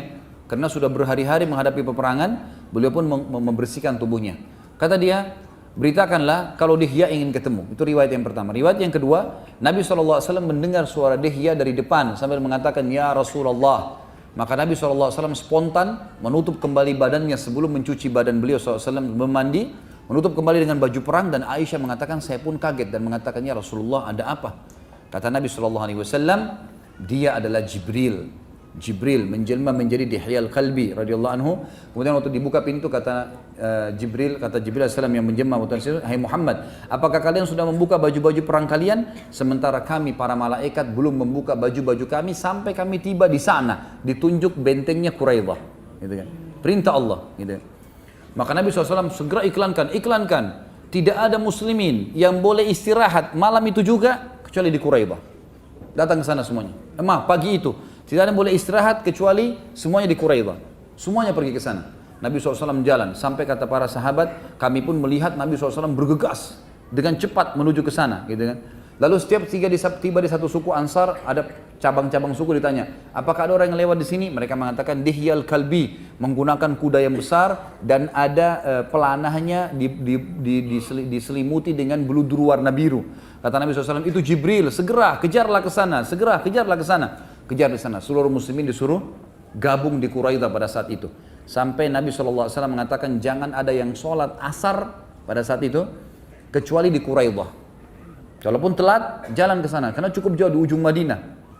Iklankan semua. Maka sahabat semua pada jalan. Ada yang sempat sholat asar di perjalanan, ada yang sholat asar pas tiba di sana. Belum sholat asar, sudah maghrib, gitu kan? Mereka sampai di sana malam harinya. Maka mereka berkata, ya Rasulullah, ada di antara kami yang belum sholat asar. Kata Nabi SAW, siapa yang sudah sholat asar baginya sudah benar, siapa yang belum sholat asar maka sholatlah. Karena Nabi SAW mengatakan jangan sholat asar kecuali di Quraidah. Seperti itulah. Lalu Nabi SAW mengepung Quraidah 25 hari. Mereka ketakutan sendiri. Pada saat mereka ketakutan teman-teman sekalian, maka mereka akhirnya patuh dengan hukum Allah. Beberapa sahabat sempat teriak mengatakan, hai Yahud, mengalahlah dengan hukum-hukum Allah dan hukum Rasulnya. Lalu mereka berkata, apa kira-kira hukum Nabi kalian? Ada satu orang Ansar mengatakan, tentulah kalian akan dipenggal, gitu kan. Karena berkhianat, gitu kan. Lalu mereka ketakutan, mereka tidak mau. Kalau gitu kami nggak mau turun, gitu kan. Kami nggak mau buka pintu bentengnya. Lalu kata seorang Ansar lagi yang lain, lalu kalian mau terima hukumnya siapa? Kalau bukan hukumnya Nabi SAW. Mereka mengatakan hukumnya Sa'ad ibn Mu'adz. Siapa Sa'ad ibn Mu'adz ini? Pimpinan Aus. Aus sekutunya Quraidah, gitu kan. Mereka tidak tahu kalau nanti Sa'ad ibn Mu'adz ini malah menyusahkan mereka, gitu. Kami mau turun tapi bukan pada hukum Muhammad, hukumnya Sa'ad ibn Mu'adz. Baiklah, kata Nabi SAW, panggil Sa'ad ibn Mu'adz. Waktu itu, perlu juga kita ketahui, tadi ada yang belum saya ceritakan teman-teman. Waktu pasukan Ahzab lagi menjatuhkan tanah-tanah di pinggir parit tadi, muslimin memanahi dengan panah, melempar dengan tombak, juga ada di antara mereka yang memanahi muslimin. Nah, salah satu panah Quraisy sempat kena di daerah lengan sebelah kanan, ya, sebelah kanannya Sa'ad bin Mu'adz. Jadi dia pakai baju perang, tapi baju besi itu cuma setengah saja. Ada biasanya orang pakai utuh sampai di tangan, ini enggak, punyanya dia sampai setengah. Sampai Aisyah mengatakan, aku sempat melihat Sa'ad bin Mu'adz lewat, di depan rumahnya Nabi SAW. Kemudian di sisi kanannya, tangannya tidak dilapisi dengan besi, dan aku khawatir kalau itu akan mencederainya. Ternyata memang anak panah Quraisy ada yang meleset dan kena di tangan kanannya Sa'ad bin Mu'adz, lalu mengeluarkan darah yang sangat banyak. Karena letihnya Sa'ad bin Mu'adz, waktu itu sangat letih karena pendarahan yang banyak, Nabi SAW suruh membuat kemah di sedikit dekat masjid Nabi SAW, lalu khusus untuk istirahatnya Sa'ad di situ. Jadi Sa'ad tidak usah ikut ke Quraidah, gitu kan. Tapi waktu orang-orang Quraidah minta Sa'ad yang memberi hukum, Nabi SAW kirim, coba panggil Sa'ad, bisa nggak dia datang? Maka Sa'ad datang, waktu dipanggil, Nabi SAW memanggil anda. Dia bilang, baiklah, saya datang kalau Rasulullah yang panggil. Beliau dikatakan dalam riwayat, ditidurkan di atas keledainya, itu dalam kondisi lemah sekali, gitu kan. Sampai tiba di sana, maka Nabi SAW berkata, berdirilah untuk tuan kalian. Maka para orang-orang Ansar pun berdiri dan Muhajirin pun juga berdiri. Waktu melihat Sa'ad datang dan melewati sukunya, suku Ash'al namanya, karena ini sekutu orang-orang Quraidah, kata mereka, wahai Sa'ad, mereka adalah sekutu kita, maafkanlah, ya, karena keputusan di tangannya dia nih, maafkanlah, gitu kan, atau ringankanlah hukumannya, karena mereka sudah mengalah. Maka kata Sa'ad pada saat itu tidak bicara apa-apa, beliau tetap jalan sampai tiba di hadapan Nabi SAW dan semua depan kaumnya, lalu dia mengucapkan kalimat, nanti terakhir baru difahamin. Dia mengatakan, telah tiba saatnya untuk Sa'ad tidak peduli lagi terhadap perkataan orang dalam keputusannya untuk meridhokan Allah. Ini keputusan. Orang belum paham kalimatnya dia nih. Dia ulangi lagi. Sudah tiba saatnya Sa'ad akan tidak mempedulikan perkataan orang dalam mengambil keputusan yang membuat ridho Allah. Sampai 3 kali. Baiklah. Lalu kata Nabi SAW, wahai Sa'ad, sesungguhnya mereka ingin turun di atas hukummu. Hakimilah mereka. Saat karena adabnya dengan Nabi SAW, dia mengatakan, ya Rasulullah, anda lebih pantas mengambil sebuah keputusan. Lalu kata Nabi SAW, tidak hai Sa'ad, untuk saat ini Allah memerintahkan kamu, perintah dari langit sekarang, kamu yang disuruh ambil keputusan. Lalu Sa'ad melihat ke sukunya, mayoritas pasukan orang-orang Ansar, sekarang yang jadi masalah dalam kotanya, gitu kan. Maka dia bilang, dia tahu ada beberapa orang-orang sukunya ini yang mungkin partner bisnis sama orang-orang Yahudi Quraidah ini, nanti mereka berat dan segalanya. Dia bilang, ya Rasulullah, saya ingin tanya satu hal dulu. Boleh? Silahkan. Apakah di sini suku-sukuku ini, semua sukuku di sini, ridho kalau aku mengambil sebuah keputusan? Iya, tentu saja kami ridho, kata sukunya. Lihat lagi orang Muhajirin. Wahai muslimin saudaraku, apakah kalian ridho dengan keputusan kalau aku ambil keputusan? Iya, kami ridho. Enggak satupun kami di antara kami yang akan menolak. Lalu dia balik arah Nabi SAW di hadapan beliau. Lalu ada kemahnya Nabi di sebelah kanannya Sa'ad. Sa'ad tidak mau kesannya kayak menggurui Nabi atau melampaui Nabi, maka beliau mengatakan, apakah pemilik kemah ini juga ridho kalau saya mengambil keputusan? Nabi SAW tidak dikatakan apakah Nabi setuju enggak? Apakah pemilik kemah ini juga setuju kalau saya ambil keputusan? Kata Nabi SAW, iya hai Sa'ad. Kalau begitu hai muslimin, keputusan saya, semua laki-lakinya Quraidah dibunuh. Semuanya. Semua perempuan dan anak-anaknya jadi tawanan perang. Jadi sahaya, gitu kan. Hartanya dibagi sebagai ghanimah. Selesai keputusannya. Maka Nabi SAW tutup takbir, Allahu Akbar, kau telah berhukum dengan hukumnya Allah dari langit ke-7. Allah sebenarnya mau keputusan itu, tapi kau keluarkan dari mulutmu hukum yang Allah inginkan tadi. Maka ini sebuah keputusan yang luar biasa dari Sa'ad. Keluar semuanya, pasukan Quraidah ini. Waktu lewat, gitu kan, dia ulangi lagi kata-katanya Sa'ad. Sudah tiba saatnya untuk Sa'ad tidak mempedulikan celaan orang untuk mendapat ridha Allah. Selesai. Lewatlah orang-orang Quraidah, diikat semua laki-lakinya, 700 orang itu, perempuannya semua, dan dibagilah hartanya segala macam, tinggal 700 orang. Ada beberapa orang tentu yang selamat ya. Ada di kajian sirah saya sempat sampaikan itu, ada, saya lupa sekarang namanya, ada satu orang yang pada saat dia lagi dipegang oleh muslimin, dia lihat ada satu ibu muslimah lewat dan dia kenal, dia sering transaksi jual beli sama ibu itu. Lalu dia teriak, hai ibu, saya mau disembelih, gitu. Maafin saya, lindungin saya, gitu. Maka ibu itu pun mengatakan kepada pasukan muslimin, sebentar, saya mau lindungin orang ini. Dibawa ke Nabi SAW, ya Rasulullah ini lindungan saya. Kata Nabi SAW, silahkan ambil. Gitu kan. Maka orang itu pun syahadat. Orang syahadat, setelah dia syahadat dia bilang, Alhamdulillah, gara-gara syahadat saya nggak jadi dibunuh. Kisah pada saat itu tentunya. Yang jelas ada beberapa orang yang ada kisah-kisah unik. Kalau antum ikutin di sirah itu ada kisah tentang perang Bani Quraidah. Panjang lebar ceritanya. Karena ini masih ada pelajaran-pelajaran yang kita bahas nanti, jadi saya tidak bisa bahas semua. Ringkas cerita, dikumpullah 700 orang itu, kemudian dibawa 10 orang lalu dibunuh, gitu kan? Hukuman terhadap pengkhianatan. Mungkin orang teman-teman sekalian kalau dengar sepintas kisah ini, wah muslimin juga membantai, gitu kan? Kasusnya ini bukan masalah membantai teman-teman sekalian. Kasusnya kalau Quraidah malam itu, hari itu membuka bentengnya, satu Madinah habis. Dan perlu kita garis bawahi, muslimin waktu itu pusatnya di Madinah. Artinya kalau habis semua ini. Pengkhianatan mereka bukan pengkhianatan yang biasa. Itu yang pertama. Yang kedua, pada saat lagi mau diajak negosiasi oleh Sa'ad bin Mu'ad dan Sa'ad bin Ubadah, mereka malah sengaja menancapkan kesepakatan yang disobek, ditempelin pakai pisau di temboknya. Kan? Kemudian mereka menantang Sa'ad bin Mu'ad dan Sa'ad bin Ubadah. Lebih-lebih lagi yang mereka tantang Sa'ad bin Mu'ad. Yang akhirnya mereka tidak sadar, mereka mengatakan kami mau berhukum dengan Sa'ad. Akhirnya Sa'ad ambil keputusan itu, gitu kan. Dan ada yang unik teman-teman, waktu mereka mau dibunuh, proses pembunuhan sebenarnya Nabi SAW membuka peluang. Siapa yang mau Islam silahkan. Atau yang mau mengalah silahkan. Nah dia mengalah dan berkata, ya sudahlah saya minta maaf, saya begini, berikan saya keamanan. Nabi SAW maafkan, ada beberapa orang yang Nabi SAW maafkan. Tapi yang memang membangkang, nggak mau, mereka anggap mereka mati syahid. Orang-orang Yahudi ini anggap kalau dibunuh oleh muslimin mati syahid masuk surga, gitu kan. Sampai ada di antara mereka, waktu itu Nabi ada satu sahabat melindungi satu orang. Sinilah, saya lindungi kamu. Dia bilang, baik, terima kasih. Istri anak saya lindungi. Harta saya lindungi. Ya Rasulullah, ini lindungan saya. Karena dalam peperangan kan istijar namanya. Kalau seorang muslimah juga sama, perempuan muslimah. Kalau dia melindungi satu orang kafir, dia bilang ini di bawah naungan saya, nggak boleh ada yang ganggu. Ini dalam hukum Islam memang begitu. Orang yang biasa pun boleh melindungi siapapun orang kafir. Jadi ini bukan masalah kasus bantai-bantai, bukan, gitu kan? Memang yang dibunuh itu yang membangkang. Memang mereka anggap mati. Kalau tidak ya kita melawan. Mereka mau anggap seperti mati syahid. Maka orang ini sahabatnya melindungi, baiklah saya lindungi kamu sama keluargamu.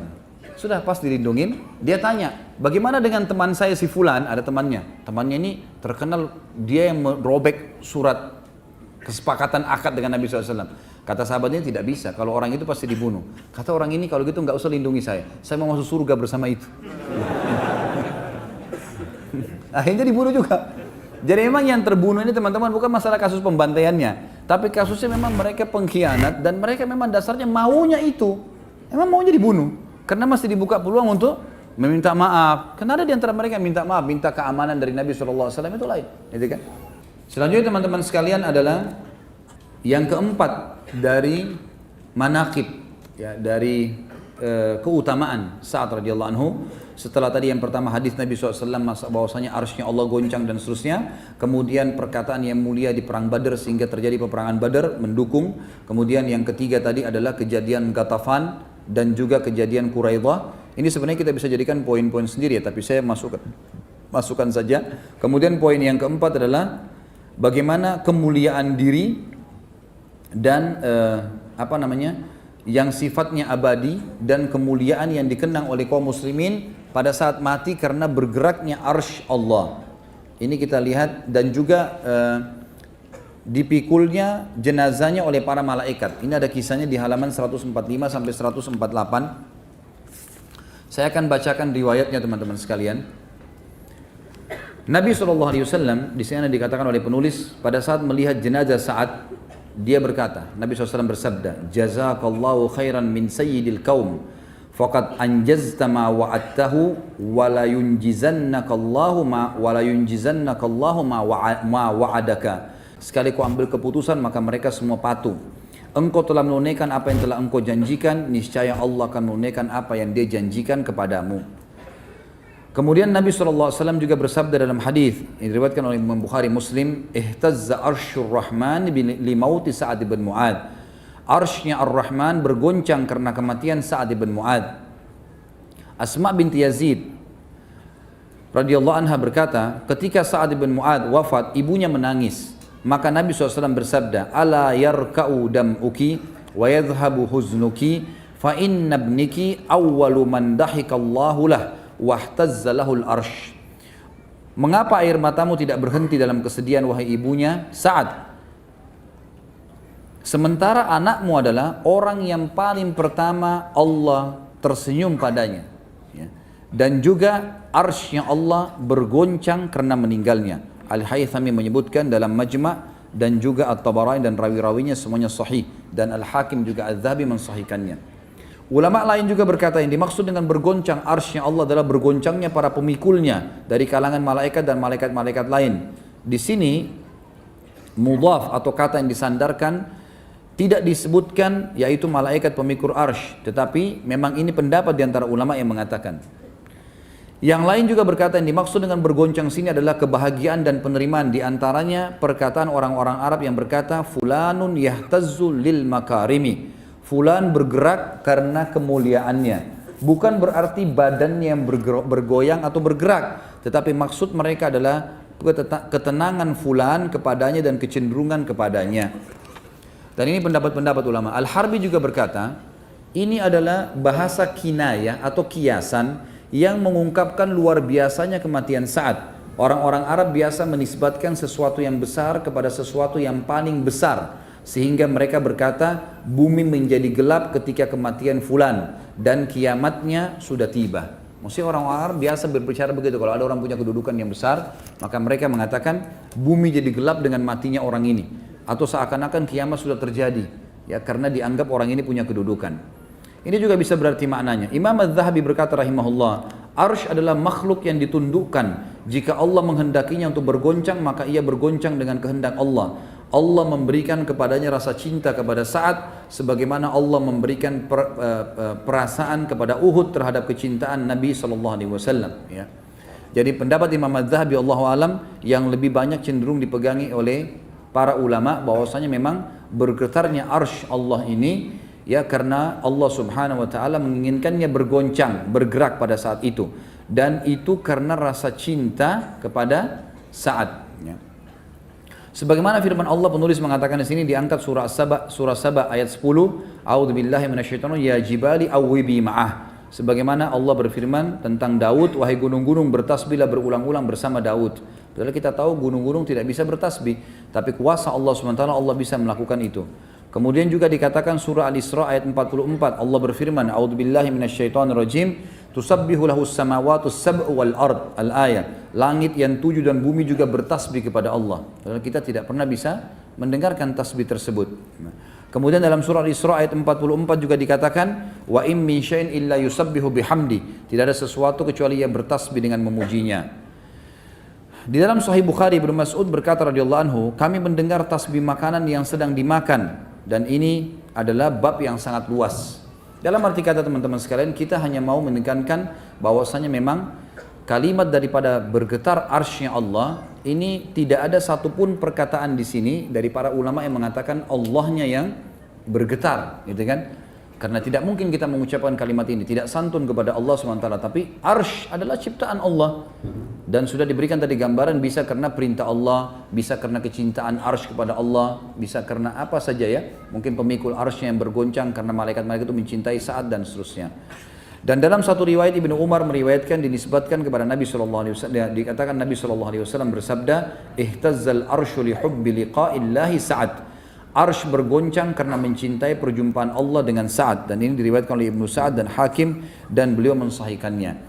Dan Allah alam, kesimpulan dari semua apa yang disampaikan ini yang lebih kuat adalah pendapat yang dipegangi oleh para ulama yang terakhir sekali, bahwasanya dikatakan arsy-Nya Allah bergoncang karena mencintai, karena Allah mencintai menjumpai Sa'ad radhiyallahu anhu.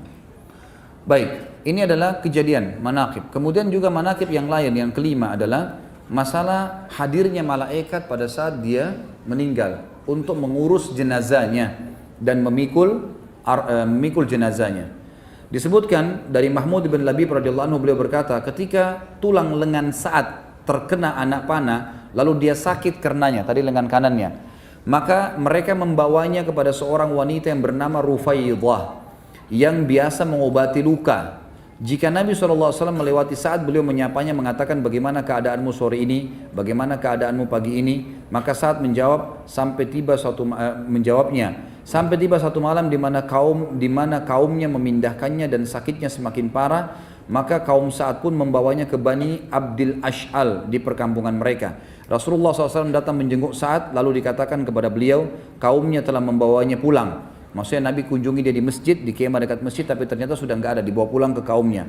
Lalu Nabi SAW berangkat dan kami mengikuti beliau, kata Mahmud ibn Labib, beliau pun berjalan dengan cepat sampai tali sendal kami terputus karena cepatnya Nabi SAW berjalan.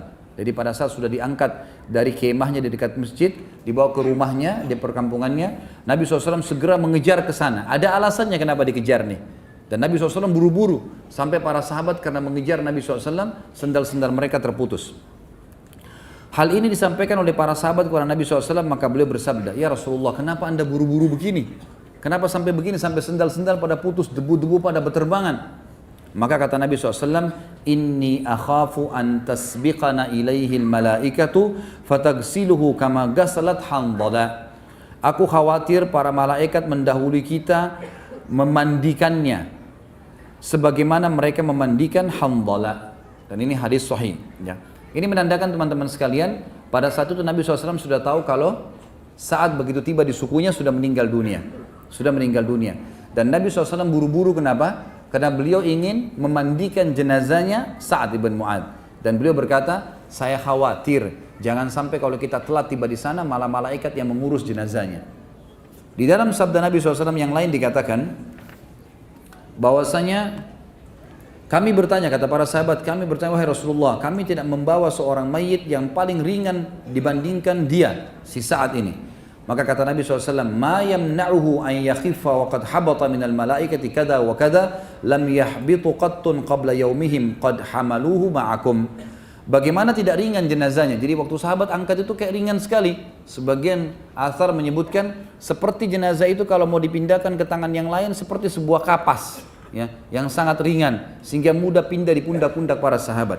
Mereka bertanya, Rasulullah, kami belum pernah mengangkat jenazah. Bagaimana kalau jenazah kemudian seperti kapas, sangat ringan, gitu kan? Seperti ini, kata Nabi SAW, bagaimana tidak ringan, sedangkan para malaikat dengan jumlah sekian dan sekian telah turun. Mereka tidak turun sebelum hari ini, mereka memikul Sa'ad bersama kalian. Dan ini bisa dilihat pun nomor 16, riwayatkan Ibnu Sa'd dan dihasankan oleh Arnaud ya, dalam Asy-Syiar. Ada riwayat lain menyebutkan juga bahwasanya Nabi SAW bersabda, Hadal abdus salih alladhi taharraka lahul arsh wa futihat abwabus sama wa syahidahu sab'una alfan minal malaika lam yanzilu ilal ardi qabla dhalik laqad damma dammatan thumma ufrija anhu.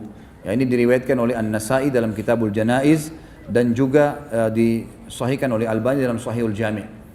Kata Nabi SAW waktu tunjuk jenazahnya Sa'ad, ini adalah hamba saleh di mana arsh bergetar karenanya. Pintu-pintu langit dibuka untuk menerima ruhnya. 70.000 malaikat menghadiri jenazahnya. Mereka tidak turun ke bumi sebelum ini. Kuburnya menghimpit lalu dilapangkan untuknya. Jadi ini menandakan memang hadirnya 70.000 malaikat yang mengurus jenazah Sa'ad radhiyallahu anhu. Tadi ada riwayat, jadi disebutkan tentu Handalah. Kalau teman-teman masih ingat riwayat Handalah kan, di salah satu peperangan Handalah ini baru menikah, kemudian dia menikah malam hari, dia belum berhubungan biologis sama pasangannya kecuali habis subuh. Habis sholat subuh di masjid bersama Nabi SAW, kemudian dia pun kembali dan menggauli istrinya, ya layaknya suami istri. Baru selesai berhubungan, dia belum sempat mandi junub, tiba-tiba ada kubandan perang, jihad. Maka Handalah pun ikut, belum sempat mandi junub. Gitu kan. Pada saat dia masuk di medan perang, dia terbunuh oleh musuh. Lalu Nabi SAW pada saat melihat jenazah Handalah lalu sempat mengalihkan wajah beliau. Lalu para sahabat mengatakan, kenapa ya Rasulullah? Kata Nabi SAW, saya melihat malaikat memandikannya. Ada riwayat lain mengatakan, saya melihat istrinya dari bidadari menjemputnya. Jadi dia karena belum dimandikan, maka dimandikan oleh malaikat. Ini sebuah kemuliaan tentunya. Disebutkan tentang Sa'ad radhiyallahu anhu, dan beliau adalah pimpinan kita, ya, salah satu pimpinan sahabat ridwanullahi alaihim yang mulia. Allah SAW, laqad tadayaqa ala hadzal 'abdi salih qabruhu hatta farrajahu Allah an. Sesungguhnya kuburnya hamba saleh ini waktu saat sudah dikuburkan menyempit hingga Allah melapangkannya untuknya. Artinya memang kuburan saat saja terhimpit seperti itu, apalagi kuburan kita. Tapi tidak sampai merusak jasad orang-orang beriman. Ini yang dimaksud dengan kalimat tadi. Imam Az-Zahabi coba menukil kepada kita tentang masalah sempitnya kuburan saat di sini bukan termasuk azab kubur, sama sekali bukan. Tapi ia adalah sesuatu yang dirasakan oleh seorang mukmin sebagaimana dia merasakan sakitnya kehilangan anak dan kawan akrabnya di dunia, sebagaimana dia merasakan rasa sakit dari penyakitnya, rasa sakit ketika ruhnya keluar dari jasadnya, rasa sakit ketika dia diuji dan ditanya dalam kuburan, rasa sakit karena tangisan keluarganya atasnya, rasa sakit pada saat dia bangkit dari kuburnya, rasa sakit pada saat dia keluar berdiri menyaksikan ketakutan di padang mahsyar, rasa sakit ketika melewati api neraka dan sepertinya. Maksudnya tidak harus sakit fisik, ya. Jadi di sini dimaksud himpitan adalah bukan azab kubur, tetapi sesuatu yang dirasakan oleh seorang mukmin yang alami, sebagaimana dia rasakan banyak hal-hal dalam kehidupan dia. Ini bukan berarti sudah ada siksaan karena peringatan dari Allah, sama dengan kasus tadi Sa'ad. Bukan berarti dikatakan kuburannya menghimpit berarti dia akan berarti siksaan kubur, tidak, tapi dia adalah sebuah peringatan bahwasanya semua orang akan dihimpit oleh kuburannya, tapi orang mukmin tidak akan sampai rusak jasadnya. Surah Al-Mu'min juga ayat 18 berbunyi a'udzubillahi minasyaitonirrajim wa anzirhum yaumal azifati idzal qulubu ladal hanajir al-ayat. Berilah mereka peringatan hai Muhammad dengan hari yang dekat, ketika itu hari menyesak, hati menyesak sampai di kerongkongan. Apakah ini maknanya hatinya seseorang naik sampai ke kerongkongannya? Jawabannya tidak. Tetapi yang dimaksud adalah peringatan tentang susahnya pada hari itu sampai seakan-akan hati seseorang mendesak sampai ke kerongkongannya. Tentu di sini ada peringatan-peringatan dari penulis, diantaranya beliau mengatakan mungkin anda mengira bahwa orang yang beruntung tidak akan mengalami ketakutan di dua alam, dunia dan akhirat, dan tidak mengalami kecemasan dan kekhawatiran. Maka itu tidak benar. Tapi orang mukmin bisa merasakan kecemasan dan kekhawatiran. Khawatir nanti jangan sampai dia disiksa sama Allah, khawatir jangan sampai amalnya belum diterima. Itu adalah sesuatu yang positif. Makanya ahli sunnah wal jamaah sepakat kita menyembah Allah dalam keadaan antara khauf dan roja, antara takut, khawatir dengan azabnya Allah, khawatir amal-amalnya masih kurang pahalanya, dan juga roja berharap rahmatnya Allah subhanahu wa ta'ala. Sebagai penutup dalam poin manaqib ini teman-teman sekalian adalah bagaimana meninggalnya tokoh kita Sa'ad radhiyallahu anhu. Ada sebuah riwayat menjelaskan kepada kita, atau dua buah riwayat. Yang pertama diriwayatkan oleh Imam Muslim dari Al-Bara' ibn Azib radhiyallahu anhu, bahwasanya Rasulullah SAW pernah diberi hadiah sebuah jubah dari sutra, maka para sahabat merabahnya dan sangat lembut karena sutra yang sangat mahal, gitu kan. Walaupun Nabi SAW tidak memakai itu karena sutra tidak boleh dipakai bagi laki-laki, tapi para sahabat kagum melihat karena hadiah itu sangat mewah, ditaruh di sebuah tempat yang mewah. Mereka kagum pada kelembutannya, maka Nabi SAW bersabda, "Atajabuna min lini hadhihi lamanadilu Sa'd bin Mu'adz fil jannati khairum minha wa alyan." Apakah kalian kagum dengan kelembutan sutra ini? Sapu tangannya Sa'd bin Mu'adz di surga lebih baik dan lebih lembut daripada ini. Padahal Sa'd bin Mu'adz sudah lama meninggal. Ini kejadian sudah lama, beberapa tahun kemudian barulah Nabi SAW mendapatkan hadiah sutra. Maka Nabi masih menyebutkan sapu tangannya Sa'ad, dan sapu tangan sesuatu yang paling sederhana bagi dalam pakaian seseorang. Dia hanya dipakai untuk membersihkan keringat, membersihkan kotoran hidung, kan gitu. Dia sesuatu bukan yang dipamer atau diperlihatkan. Maka kalau itu saja di surga lebih baik daripada sutra di dunia. Dan ini menandakan kelebihan bagi Sa'ad. Dalam riwayat yang lain dikatakan Nabi SAW diberi hadiah sebuah jubah dari sutra. Beliau tidak membolehkan sutra bagi laki-laki dan beliau pun tentu tidak memakainya. Lalu orang-orang takjub kepada sutra itu. Maka Nabi SAW bersabda, "Walladzi nafsu Muhammadun biyadi, inna manazil Sa'd bin Mu'adz fil jannah ahsanu min hadza." Demi zat yang jiwa Muhammad dalam tangannya atau genggamannya, sungguh sapu tangannya Sa'd bin Mu'adz di surga lebih baik daripada ini. Hadis sahih riwayat Imam Muslim. Imam Nawawi rahimahullah berkata dalam Sahih Muslim, para ulama berkata bahwa hadis ini merupakan isyarat kepada kedudukan saat yang agung di surga. Sesungguhnya pakaiannya yang paling rendah sekalipun di sana di surga lebih baik daripada itu. Sapu tangan adalah sesuatu yang paling remeh karena digunakan untuk mengelap yang kotor dan biasanya diremehkan. Maka selainnya lebih baik. Hadis ini juga menunjukkan surga, menetapkan surga bagi Sa'ad. Artinya dijamin Sa'ad mati syahid dan masuk ke dalam surga. Di antara wasiat Sa'ad yang mulia pada saat akan meninggal dunia, beliau mengatakan kepada kaumnya, ada 3 hal, pada ketiganya aku kuat dan pada selainnya aku lemah. Artinya 3 hal ini aku selalu pegang dan aku tidak pernah tinggalkan. Yang pertama, aku tidak pernah melakukan satu solat sejak aku masuk Islam, lalu aku berbicara kepada diriku sendiri sampai aku menyelesaikannya. Faham maksudnya ya? Artinya selama aku masuk Islam, semenjak pertama kali aku sholat sampai sekarang aku mau meninggal, belum pernah aku bicara dengan diriku sendiri. Artinya konsentrasi, khusyuk, full dengan bacaan, gerakan dan bacaan semuanya full sampai aku menyelesaikannya. Tidak pernah satu kali pun menghayal, berpikir kemana-mana. Itu yang dilakukan oleh Sa'ad radhiyallahu anhu, dan ini kesaksian beliau untuk dirinya. Yang kedua, aku tidak mengantarkan jenazah lalu aku berbicara kepada diriku dengan selain yang dikatakan oleh jenazah itu atau dikatakan kepadanya sampai ia dikuburkan. Maksudnya, sebelum jenazah meninggal, yang dia ucapkan agar masuk surga apa? La ilaha illallah, gitu kan? Jadi kata Sa'ad, kalau saya ngantar jenazah, lisan saya tidak pernah berhenti mengucapkan kalimat yang diucapkan oleh jenazah ini sebelum mati. La ilaha illallah, gitu kan? Dikatakan itu oleh jenazah ini, atau yang dikatakan kepadanya sampai dikuburkan. Maksudnya orang-orang menyebutkan kebaikan. Kan diantara sunnah Nabi SAW, kalau ada jenazah lewat kita harus mengucapkan kebaikan. Karena dalam riwayat Bukhari Muslim pernah ada jenazah lewat lalu para sahabat mengatakan, orang ini begini dan begitu, disebutkan keburukannya.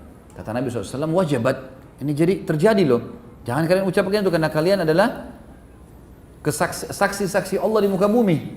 Lalu lewat orang yang satu, dipuji-puji kebaikannya, si fulan ini begini, begitu, dipuji-puji. Kata Nabi SAW, wajabat, terjadi. Sungguhnya kalian adalah saksi-saksi Allah di muka bumi. Jadi kalau ada jenazah lewat, kita dianjurkan untuk menyebutkan kebaikan, gitu kan. Walaupun ada kekurangan orang itu, apa yang baik yang kita tahu, kita sebutin kebaikannya. Karena kata Nabi SAW, udhkuru mahasina mautakum. Sebutkanlah kebaikan-kebaikan jenazah kalian. Maka saat memiliki satu kata kunci, selain kalau sholat selalu konsentrasi, dari takbir, lisannya, gerakannya, semua ucapan dan gerakannya semua sempurna. Nggak ada satu kali pun menghayal sampai dia menyelesaikannya. Nggak pernah berbicara dengan dirinya sendiri, nggak pernah bisa digoda oleh syaitan. Yang kedua, kalau ngantar jenazah nggak pernah ngomong sama siapapun. Selalu mengulangi kalimat la ilaha illallah itu sendiri buat dirinya, atau mengucapkan pujian buat si jenazah. Yang ketiga, aku tidak mendengar Rasulullah SAW bersabda kecuali aku mengetahui bahwasanya itu benar dan aku jadikan itu sebagai prinsip hidupku. Kata Ibnu Musayyab rahimahullah, salah satu ulama tabi'in, aku tidak mengira sifat-sifat ini terkumpul pada orang kecuali para nabi. Hanya saja Allah Subhanahu wa taala memuliakan Sa'ad dengan kalimat-kalimat seperti ini.